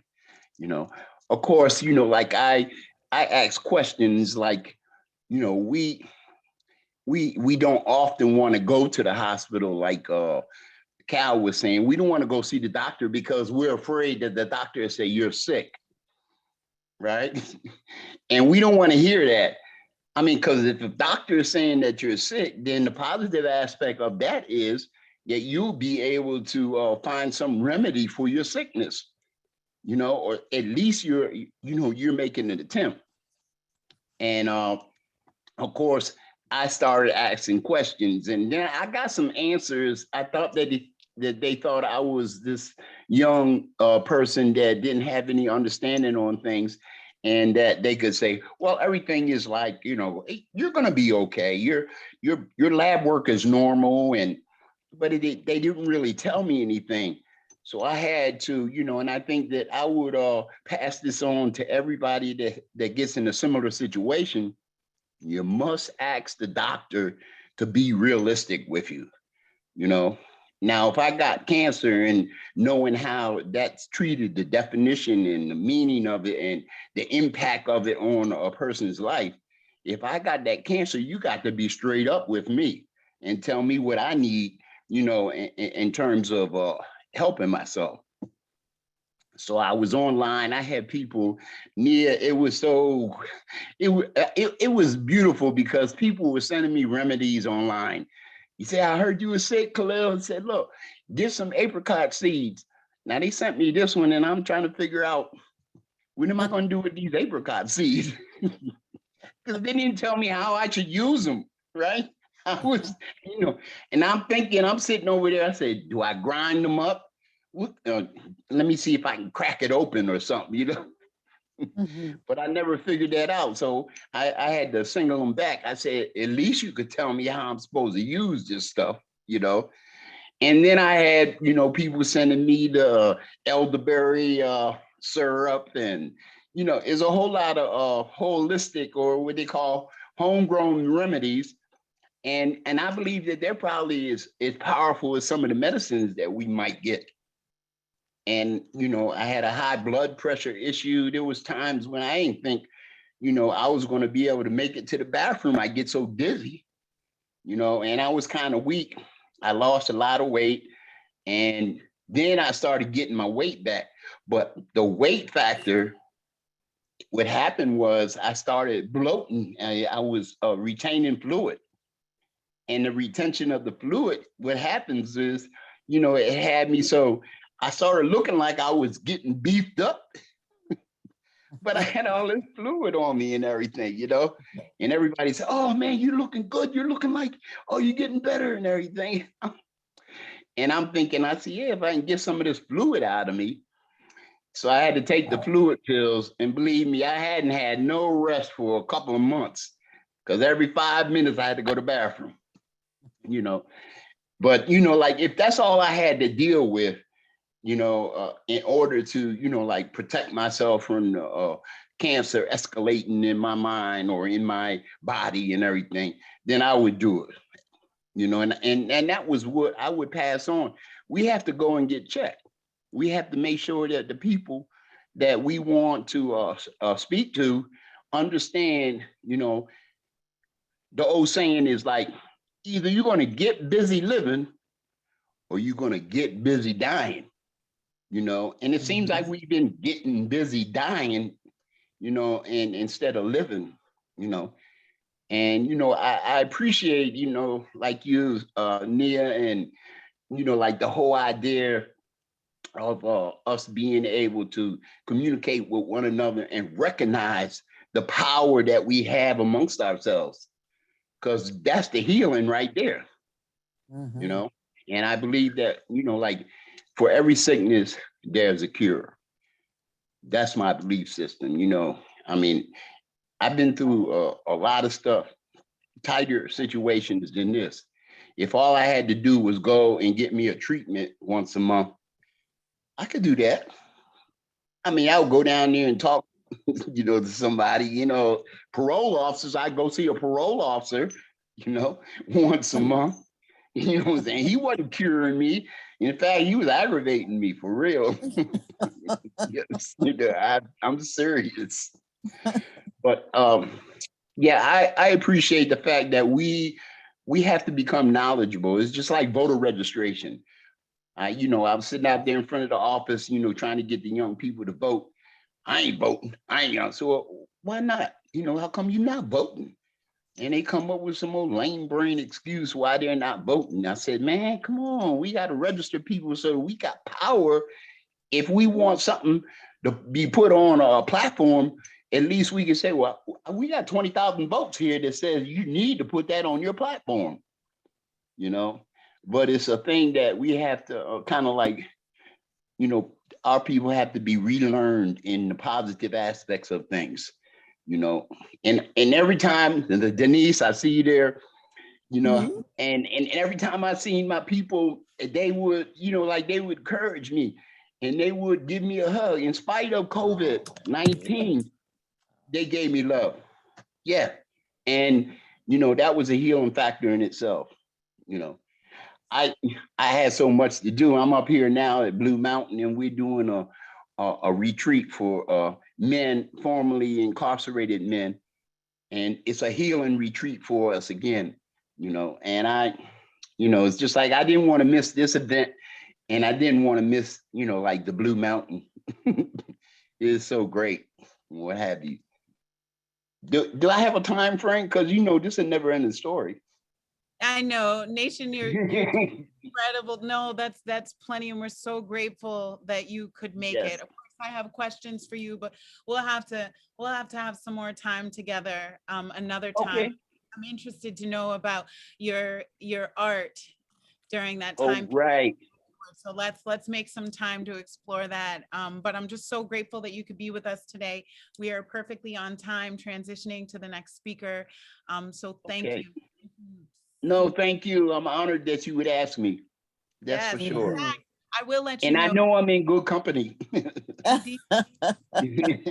That's right. I will mention, Nation, that in bringing this event up several consecutive places, people asked if you would be on the panel.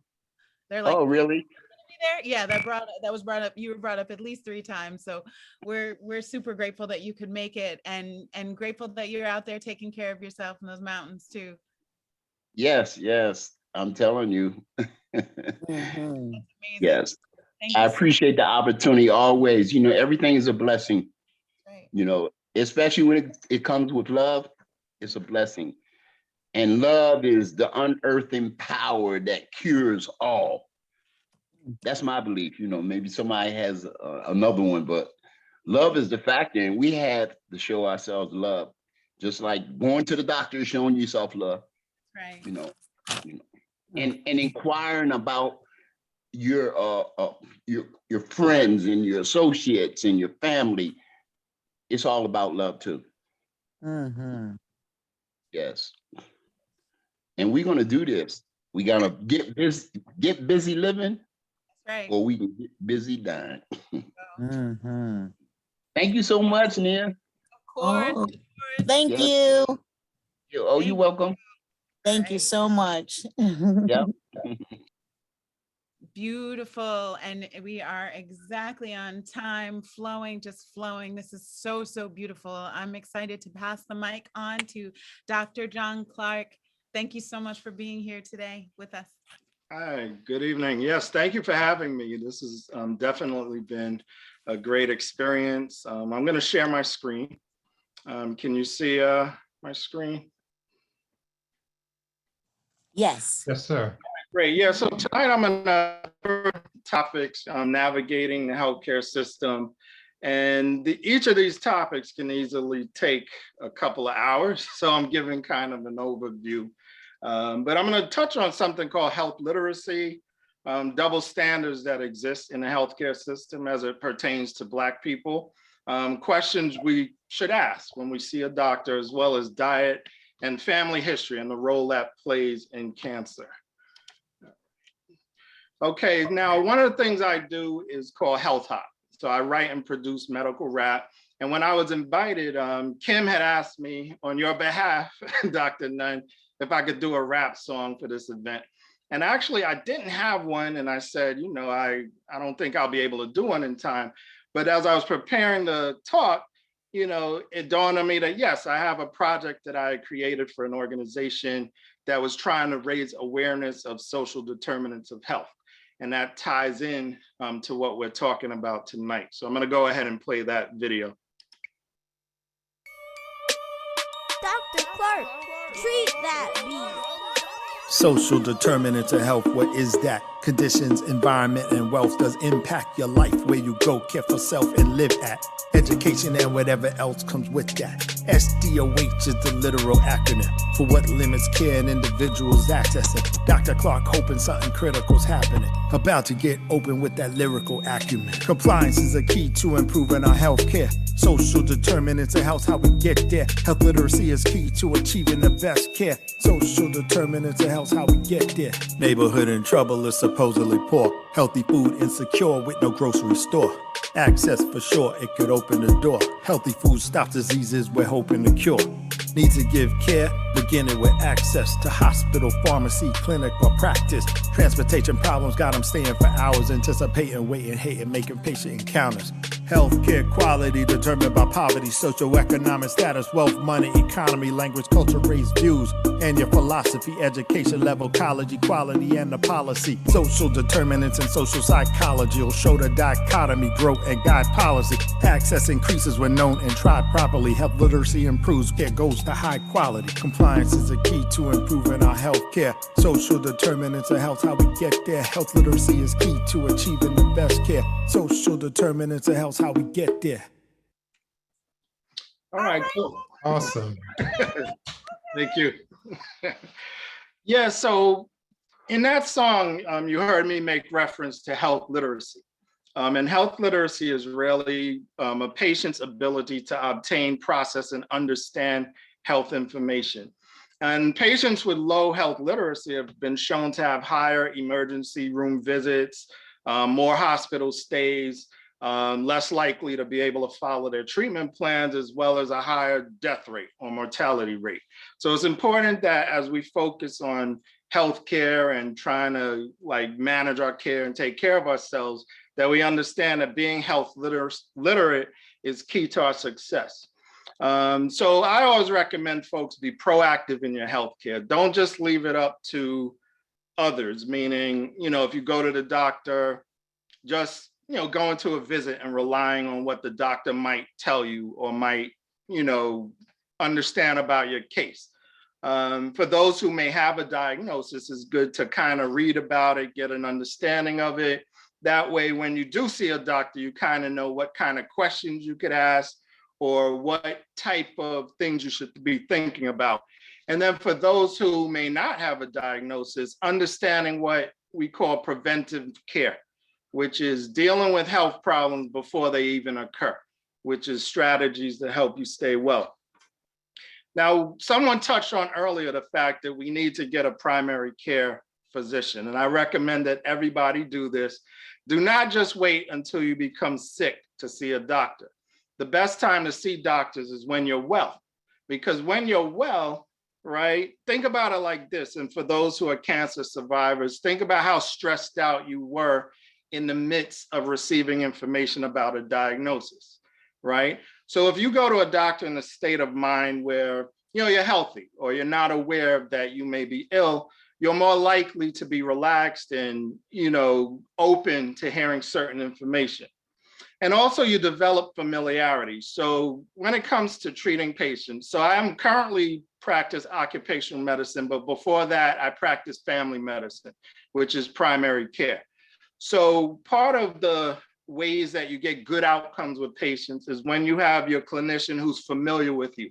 Over time, they know your health status, They understand you as a person. So I'll give the example again of relaying a cancer diagnosis to a patient, is that when you are familiar with a patient, you know how to bring that information to them, because not everybody receives information like that in the same way.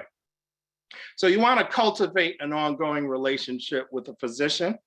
Ask a lot of questions. I know, and we're taught this in training, that a lot of times when you're dealing with patients and you ask questions, they may just nod their head, right? Because sometimes people are a little intimidated, or they feel embarrassed that, you know, the doctor's gonna think I'm stupid, but no, like, don't ever feel like a question is too dumb to ask. Like, every question is important because it allows you to get answers, but it also allows the physician to understand where you're at concerning your medical condition. And obtain reliable and accurate information. And I say this because a lot of people go to Dr. Google, right? They Google something. And when you do that, there's really no control of the quality of information that might come up. So one of the advantages of having a primary care physician is you can ask them, well, you know, doctor, I want to learn more about this. What are the resources available that I can look at where I could get more information? And the doctor would be able to give you credible sources of information. So now I'm going to talk about the double standard in healthcare, because there is one. In America, there's a double standard in just about everything. You know this with law enforcement. We see this in banks with finance, being able to get a loan.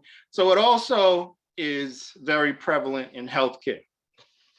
Now, a VIP is in that room. So I share this quote because when I was in training, when I was in medical school and residency and worked in hospitals, when we would do rounds, sometimes we would come to a patient's room and the attending or the resident would say, oh, you know, there's a VIP in this room.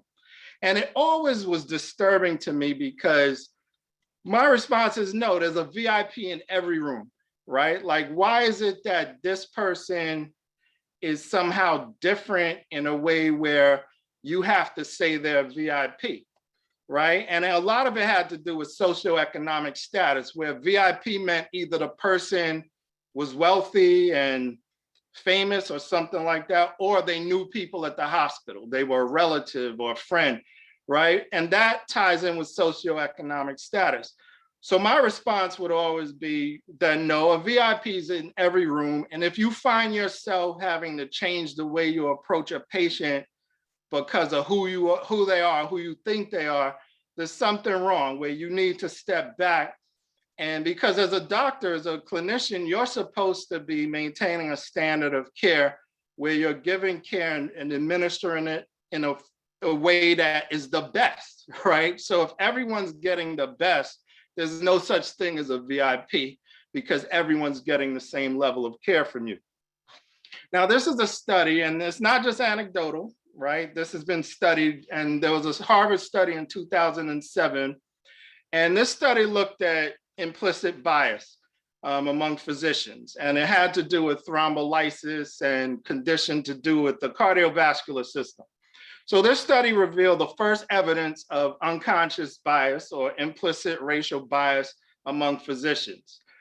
Physician unconscious bias was shown that it could contribute to racial and ethnic disparities as it comes to the use of medical procedures such as thrombolysis for heart attacks in this study. There was another study in 2014, and there's several others. I'm just highlighting these two. And this one showed there was a strong implicit preference for whites over blacks. The term medically cooperative was used, and that was in the study. And they associated being medically cooperative with being white over being black. There was a significant liking of white patients over black patients, and whites were considered more medically cooperative. And it was revealed, yes, subconscious biases could influence treatment decisions among clinicians. I am a physician. So this is a quote that I'm sharing because this is what every time both of my parents passed away, but when they were alive, they had medical issues. And every time I'd go to the hospital with them or see the doctor, I'd have to say, I'm a physician. And the reason I would say that is because as a physician, I know what the standards of care are. And I know when they're not getting it, right? So each and every time they didn't get it.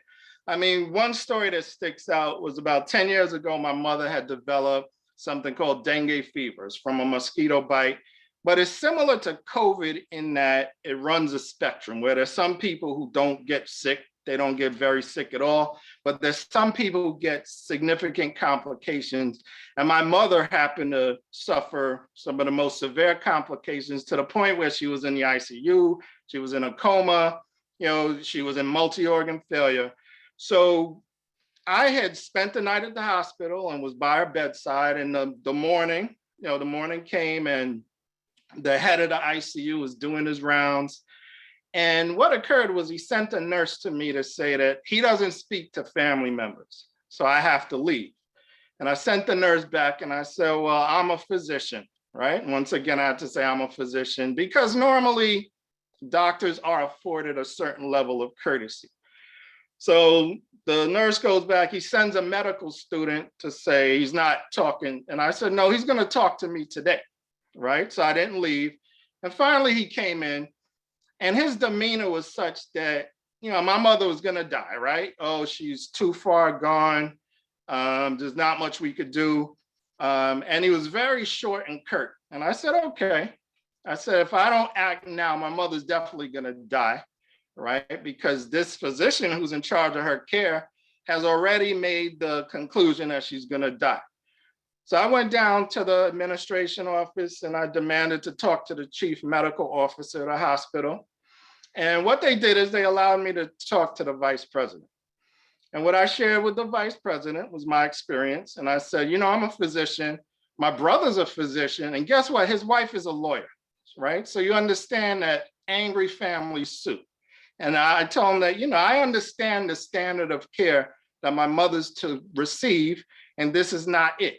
So long story short, my mother lived for about 10 years after that, because after I had to go and advocate, they did the right thing and she lived. So I share that because as Black people with the double standard in care, you have to have an advocate. And I recommend that everyone not always try to be your own advocate. Because as I mentioned earlier, when you're in the midst of a disease or you're ill, you may not be able to bear the burden, because it is a burden. It's part of the Black burden that we face in America, and it does apply in healthcare. So the term medically cooperative that was shown in that study has to do with the fact that among medical professionals, there's a perception that if you're a patient and you don't listen to my advice, you're not cooperative. You're not a good patient. One of the anchoring biases that they have against us is we don't care about our healthcare, right? We're difficult patients. And there's a sort of a blame the victim mentality among some providers where they look at people who suffer the consequences of uncontrolled hypertension, diabetes, heart disease, diseases that are perceived as preventable as being, negligent. They don't care about their health or else they wouldn't be in this situation. Right? So they don't care about their health. Why should we waste our resources and time on this patient when there's patient so-and-so in the other room? Right? And so-and-so is, yes, someone who's non-Black. And that's the reality, where when it comes down to time and resources and effort, sometimes we are marginalized in the healthcare system as well. So we can't control the actions of others, but we can control our actions, and we can control the ways that we approach healthcare, navigating the system so that we can get results. So the example I gave with my parents, I got results because I am convinced my mother would have been dead, because again, if the doctor has this like preconceived or predetermination that she's she's gone, she's not going to make it, then that doctor's not going to put in the effort necessary for her to actually make it. So as far as getting support and advocate, and earlier we did hear stories of people who with cancer had advocates, like the story of having those medical students or residents who were able to look at the research, but that's what we need. So you need trusted individuals. And it could be your primary care provider. So one of the advantages of having a relationship with a primary care provider is you could call on them, right? If you're in the midst of being diagnosed or seeing specialists, you can talk to them and have them speak to the specialists on your behalf, certain questions you may have.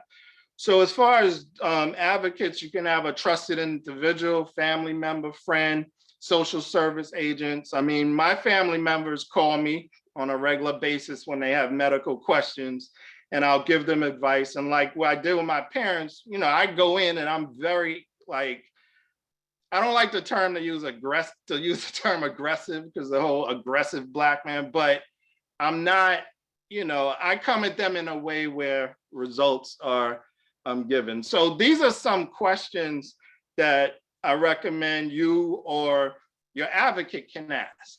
And one of the advantages of the advocate is that, you know, tough questions. If you're questioning a provider, you know, some medical professionals do not like to be questioned.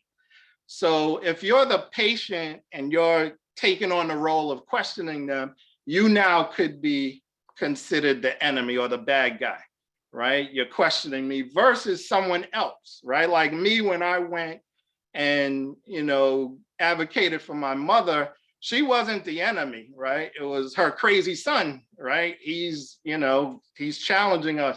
So understand that there is an advantage to having like a support that can advocate on your behalf. And one of the questions I like to ask is, if this was your mother, daughter, father, son, etc., what would your recommended treatment be? This is what you could ask the provider. Or if this was you, if you were in my shoes, what would you do? Right? Because then you kind of could eliminate to a certain degree that bias where people typically will recommend the best for their mother, father, you know, a first degree relative. Another question is, what type of results do your patients typically get with this approach? So that's a way of getting to the core of, well, what are the other treatment options? What might be better, right? What do you usually recommend, right? And that again ties into, okay, if there's a standard of care, that's what you usually would be recommended. But if you have a bias, right, that I'm one of these patients who doesn't really care, I'm not compliant, you may not recommend the same treatment. And then of course, what are the risks and benefits? And I say that because I had another experience with my father. He had open heart surgery, he had quadruple bypass. And a couple of days after the discharge from the hospital, he had some difficulty breathing. So we had gone to the emergency room, and this was actually the emergency room of the medical school where I was currently a student at the time. And so we go into the ER, and they wanted to do a procedure called a chest tube. Now, a chest tube is when they force a tube into your ribs, into your lungs to suck out fluid. And it's very painful, and typically you will break the patient's ribs. So it's not a fun procedure. And what occurred is they wanted to do a chest tube, but they wanted the medical student to do it because the medical student needed an opportunity to get experience doing a chest tube. And I said, no, my father's not gonna be experimented on. You know, he had chronic kidney failure. He was a dialysis patient. They have brittle bones, but they insisted. And when they came to do this chest tube, the doctor just signed this, right? Without discussing the risks and benefits.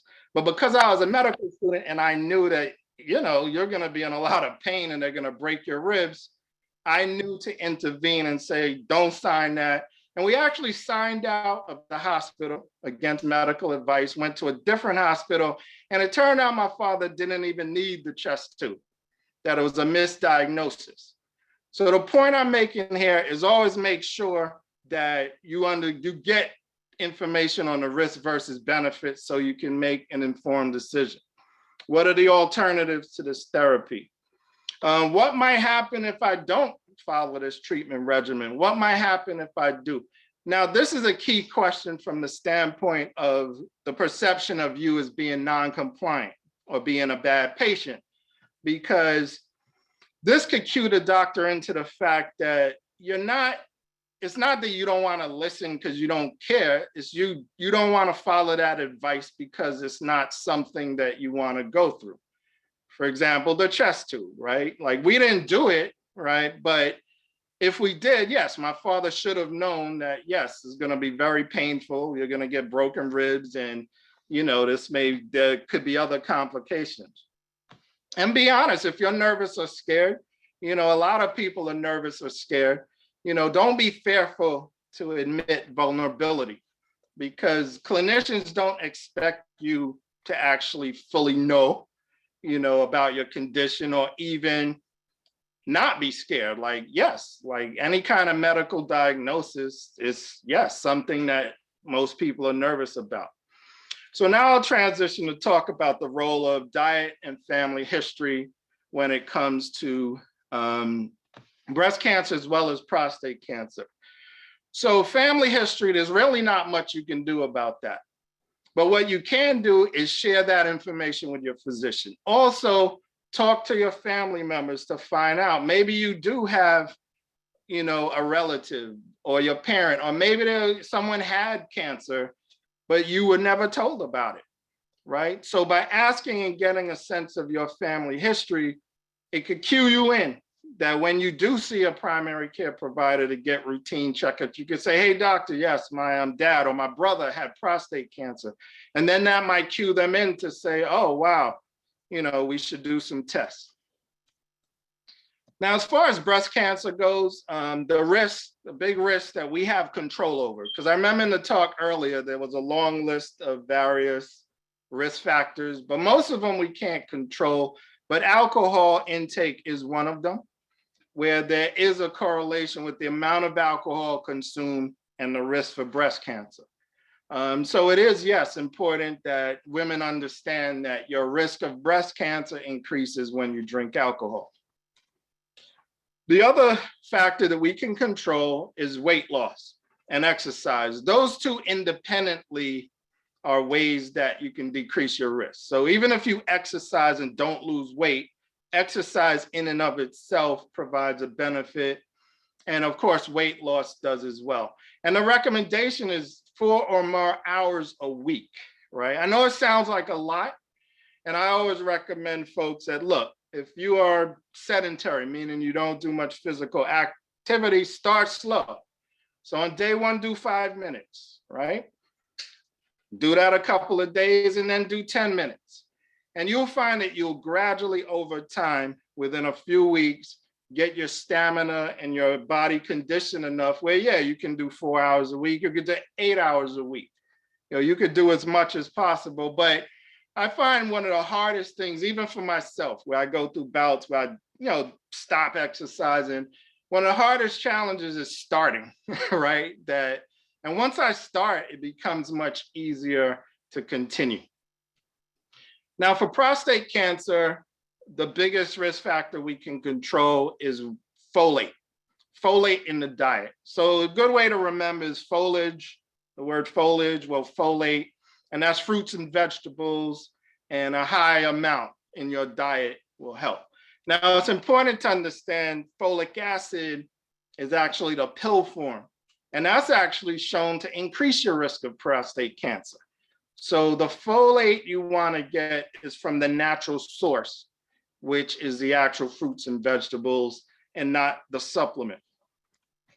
So general keys to prevention, and this is in general, but it applies to prostate, breast cancer, other cancers, high blood pressure, diabetes, heart disease, as well as a healthy immune system.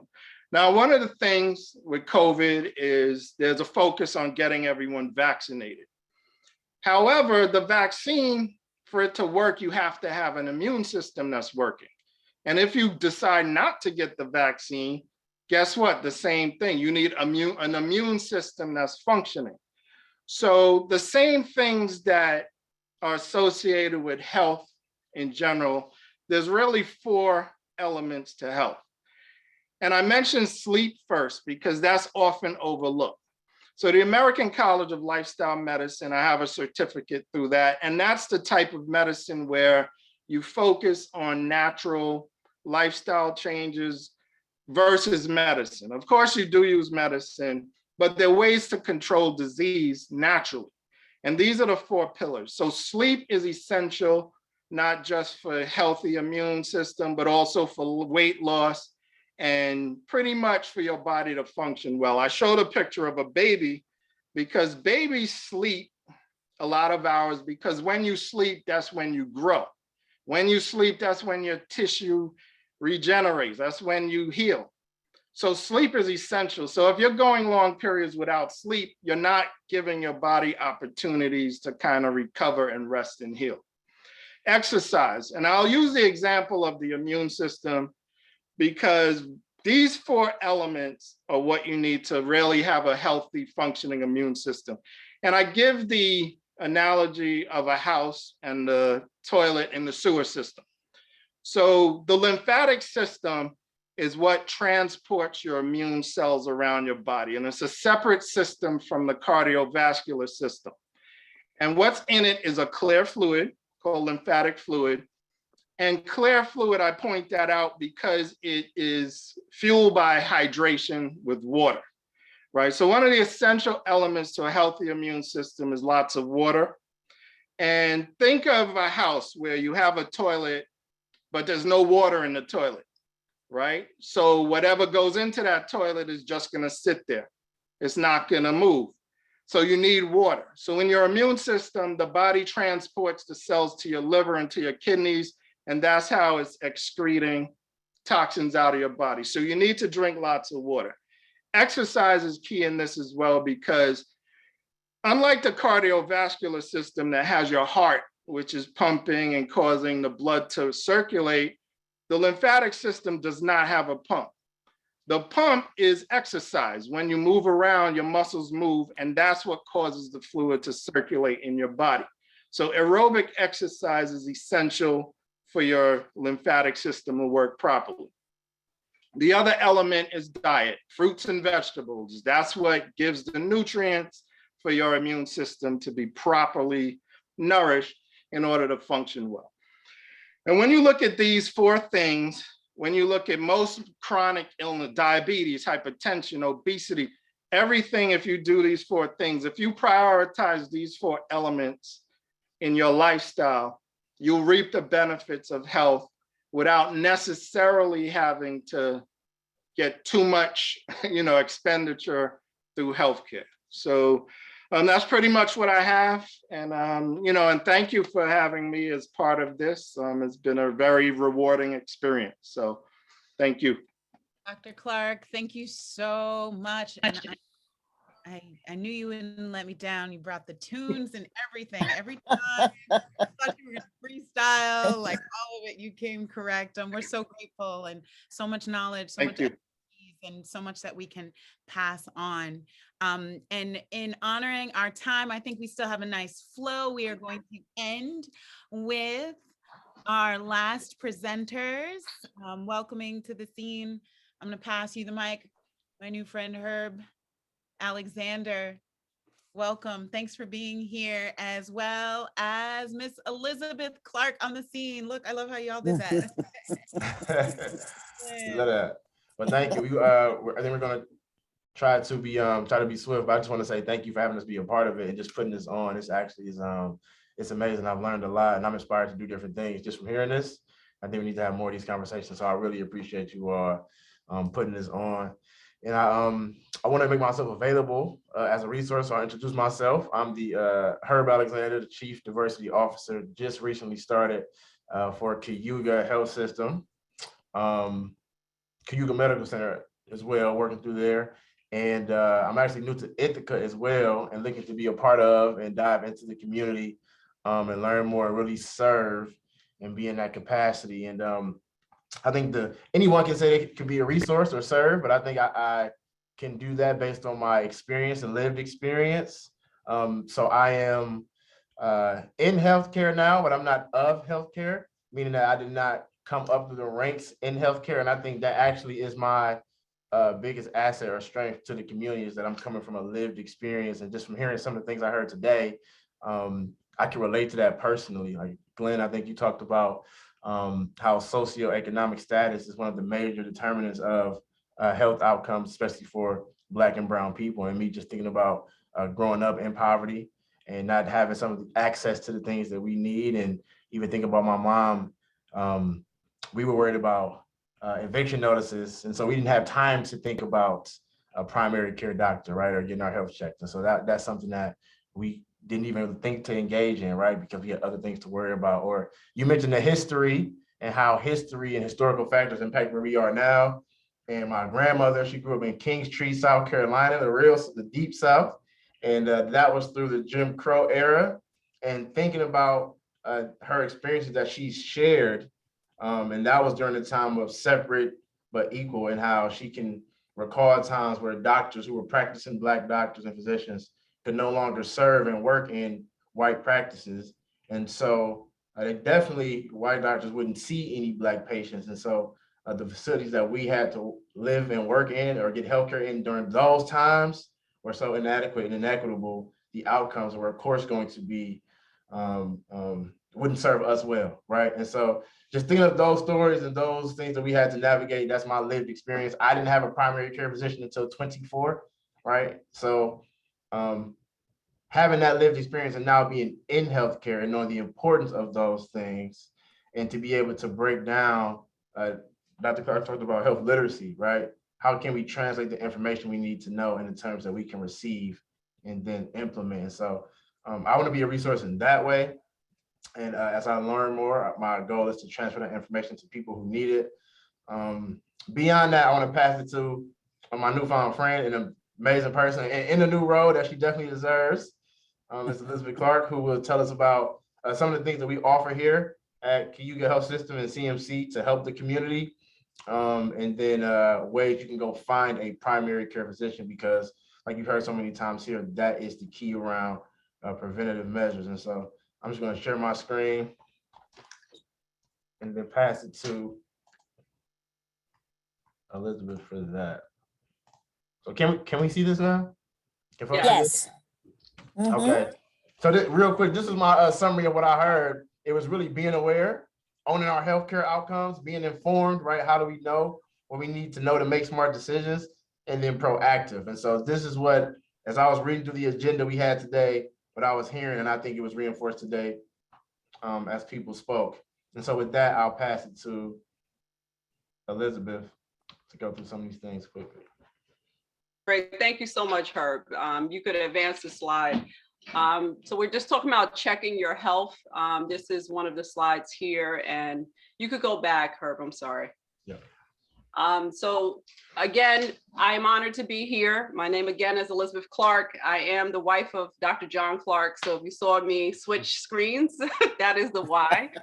So please pardon my photo on the screen. If you're looking at photos, my webcam didn't work on my laptop. So that's why we had to transition, and I changed the name on the bottom of this view here.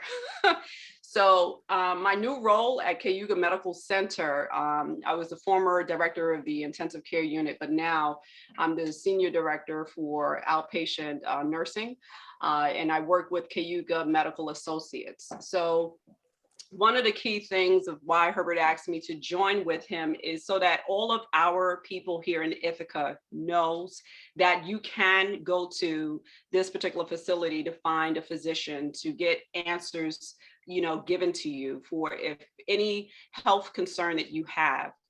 Cayuga is really becoming diverse. As you see, we have a new diversity officer, which is huge. And I think there are ears that are listening, that, you know, the needs of our people are being heard. And I think this opportunity for me, being in an outpatient setting, is phenomenal. I can just contact Dr. Nia Nunn via text and really, you know, get more into the community and do more community outreach such as this.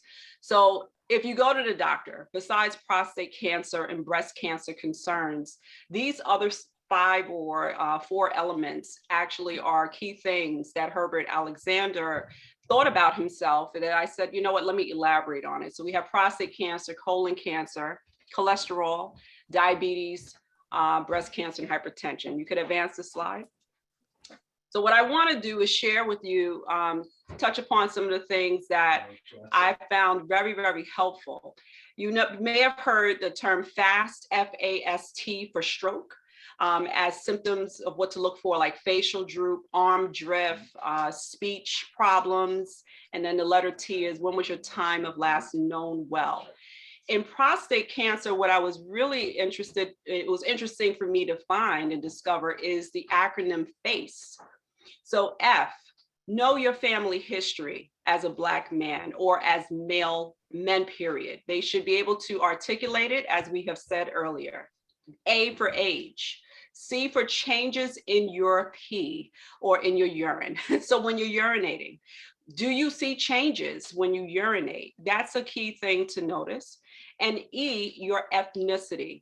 Being Black, if this slide were blown up for me, it basically is letting us know, as we heard earlier, that there is a high prevalence with Black and brown people with prostate cancer. So the acronym FACE is always key to spread the word on. Family, age, changes in your pee, and E for ethnicity. Some of the symptoms of prostate cancer can be dull pain in the lower pelvic area, frequent urinating, trouble urinating, pain, burning, or weak urine flow. Blood in the urine is what we call hematuria, painful ejaculation, pain in the lower back, hips or upper thighs, loss of appetite, and loss of weight. Forward to the next slide. So colon cancer is another thing we just want you to be aware of. We all saw the movie Black Panther, and we saw Mr. Chadwick Boseman, who apparently passed away, and he died of colon cancer. So this sometimes would resonate, right? We see an actor that is famous and we see him on the TV and we're like, wait a minute, what happened to actor so-and-so? Well, he died of colon cancer. Black men is a higher incidence, 20% higher, of them getting colon cancer, and then it's 40% higher of mortality. So that's something really, really key to be mindful of colon cancer. So knowing the symptoms of colon cancer, bleeding from your bottom or blood in your poop, your stool, a persistent and unexplained change in bowel habit, unexplained weight loss. And that's, as the gentleman mentioned earlier, I think it was Kyle Walker, explaining like he was just losing weight. And that was something that was very remarkable for his providers to notice. Extreme tiredness for no obvious reason, just tired for no reason. And then finally, a pain or lump in your tummy could be some of the signs that you may overlook. Don't take it for granted. Go see your physician. Next slide. So for cholesterol unfortunately doesn't necessarily have symptoms in and of itself, but at this little diagram just shows what high cholesterol does in your blood vessels. It can build up and causes blockage. So some of the things that you can discover that you have high cholesterol is getting blood work. So when you go see your doctor, just make certain when your blood is drawn, ask them, are you checking for my cholesterol level? And make certain that that is happening. So risk factors of high cholesterol are heart disease, smoking could be a risk factor that would cause it, hypertension, older age, having a family member who had heart disease, and then obviously obesity is another risk factor for getting heart disease, which is a consequence of high cholesterol. Next slide. So for diabetes, 60% more likely that Black Americans will get diagnosed with diabetes.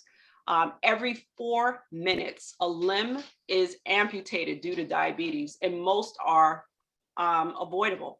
So these are some serious consequences that you can share with people that people don't often think about with diabetes. They're like, oh, the person has the sugars is probably what you may hear. They have, high sugar level, and they're not thinking about amputation. So spreading that information, I think, is really key, that is a huge consequence. So common symptoms of diabetes are urinating often, feeling very thirsty, feeling very hungry, blurry vision, cuts and bruises that they're slow to heal.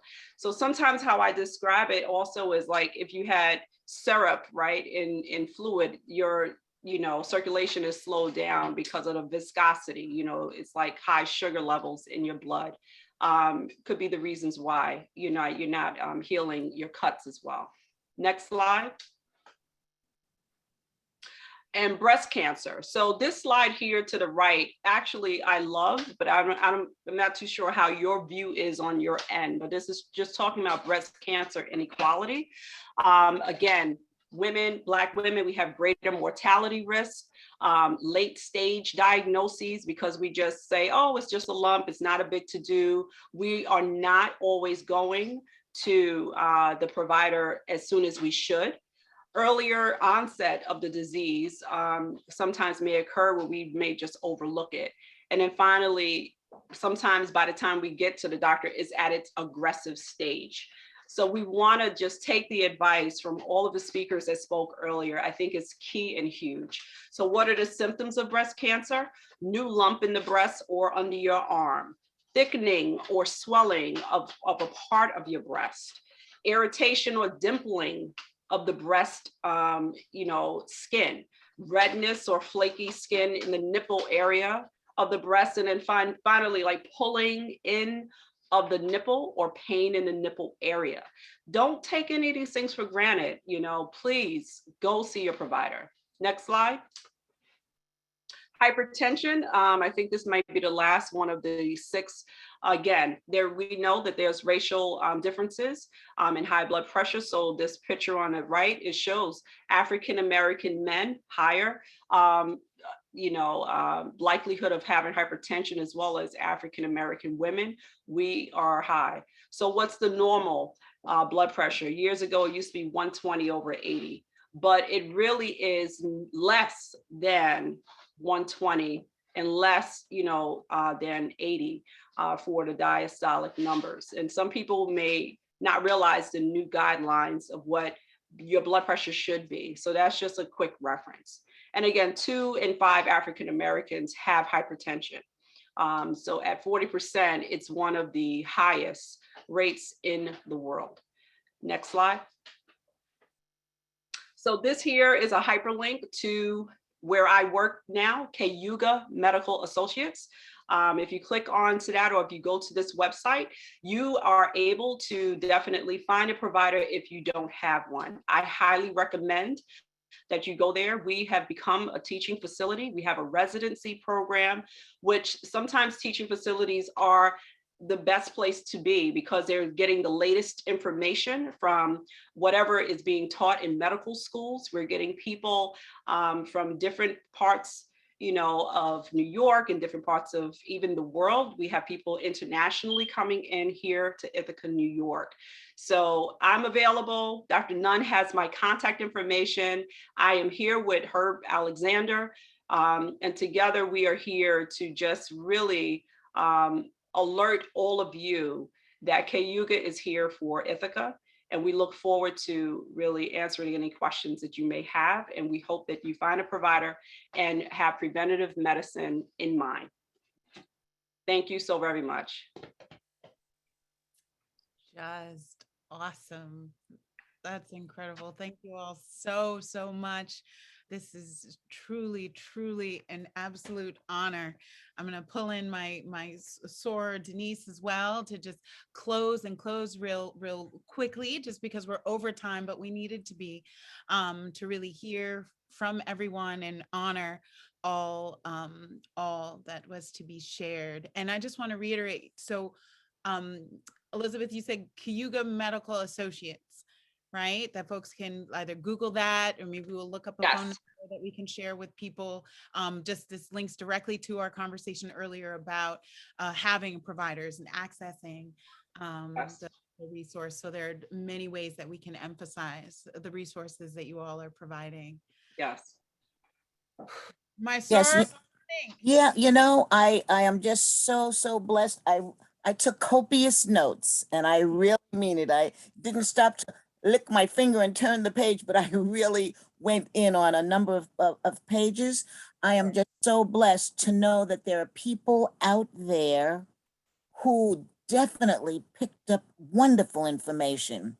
I'm hoping that they feel so much more comfortable hearing important gems, I'm just going to call it again, from regular everyday people who are survivors, living strong and standing strong. Even our doctors, Dr. Clark, all of our panelists had stories, and they're regular people too. I am a physician. He had to get in there and do what he had to do to let those doctors and what all know that he knew what was supposed to happen.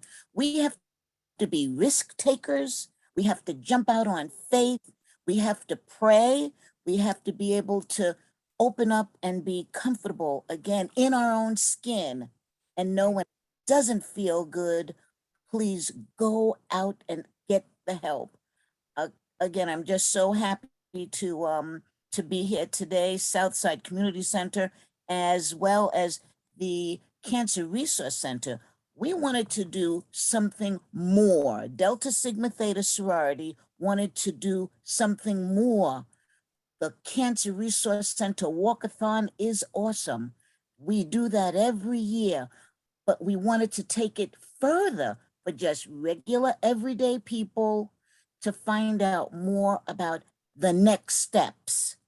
So every single person that I heard tonight, you all took me to another level, and I feel good about that. I'm in the clouds with lots and lots of good details and a direction to go. I know people. I know Dr. Clark. I know Ms. Elizabeth. I know Cal Walker. I know where to find him, and Mr. Richard Murray and Dr. Sharon Bryant. We have people looking in today from Binghamton, Elmira, all over. We have churches open and listening, community centers, GX Community Center, the senior program, Friendship Baptist Church, Calvary Baptist Church, you name it, Kingdom Baptist, Kingdom Business, Apostolic Church. We have churches, Second Chance Ministries, St. John's Episcopal Church. We have people out there. We went high and not low. We just went high to get people to listen. And I'm hoping that they will all feel wonderful about stopping, dropping, and rolling and go into the Cancer Resource Center. We need them to feel good about that. Go and meet Miss Kim and her wonderful staff. We have resources in Ithaca. So I want you to feel good about how good I feel tonight, and know that Miss Kim and the Cancer Resource Center is there for us. Cayuga Medical Center is there for us, and all of the specialists on the panel can still help and lend their services to us if you reach out. Please be a risk taker and reach out. We are there. Dr. Nia, Southside Community Center, as well as the Cancer Resource Center, Delta Sigma Theta Sorority. You know we rock. This is what we do. So I'm so happy. Sorry, I had to give another plug. Look at No, it's all right. It's all Sarah good. Ella just did like this. This moment, let's have our own moment. Okay, beautiful. There you go. Thank you all so much. This has been a true honor. Thank you so much for tuning in to the Black Town Hall meeting, Southside Community Center, Ithaca, New York. I've put a little survey on here. Please share it far and wide. This is recorded, so it'll be something that you can share as well, enroll and engage more and more of our community in this conversation. Thank you all. Thank you so much. Have a beautiful, beautiful evening. And this has just been a true joy. So much to learn. We appreciate it. And this is just number one. That's Just right. number Back, one. back. And you know, We'll be I might back just from- say, it depends on, Sorania, it depends on what you say, what the public says you want. What do you need to know more of? We want to hear from you. Please take the time to do the survey, and we'll know. Miss Elizabeth, we're gonna send people your way. Yes, Right. we are. Cancer Resource Center, people are coming to you. That's right. Thank you so Everyone much, have a everybody. Love you. Cheers. Love you. Hey, Bye, everybody. Dr. Take Bryant, love you. Thank you. Thank you. Good night. Oh my gosh, here's the hug. Love you guys. That was awesome.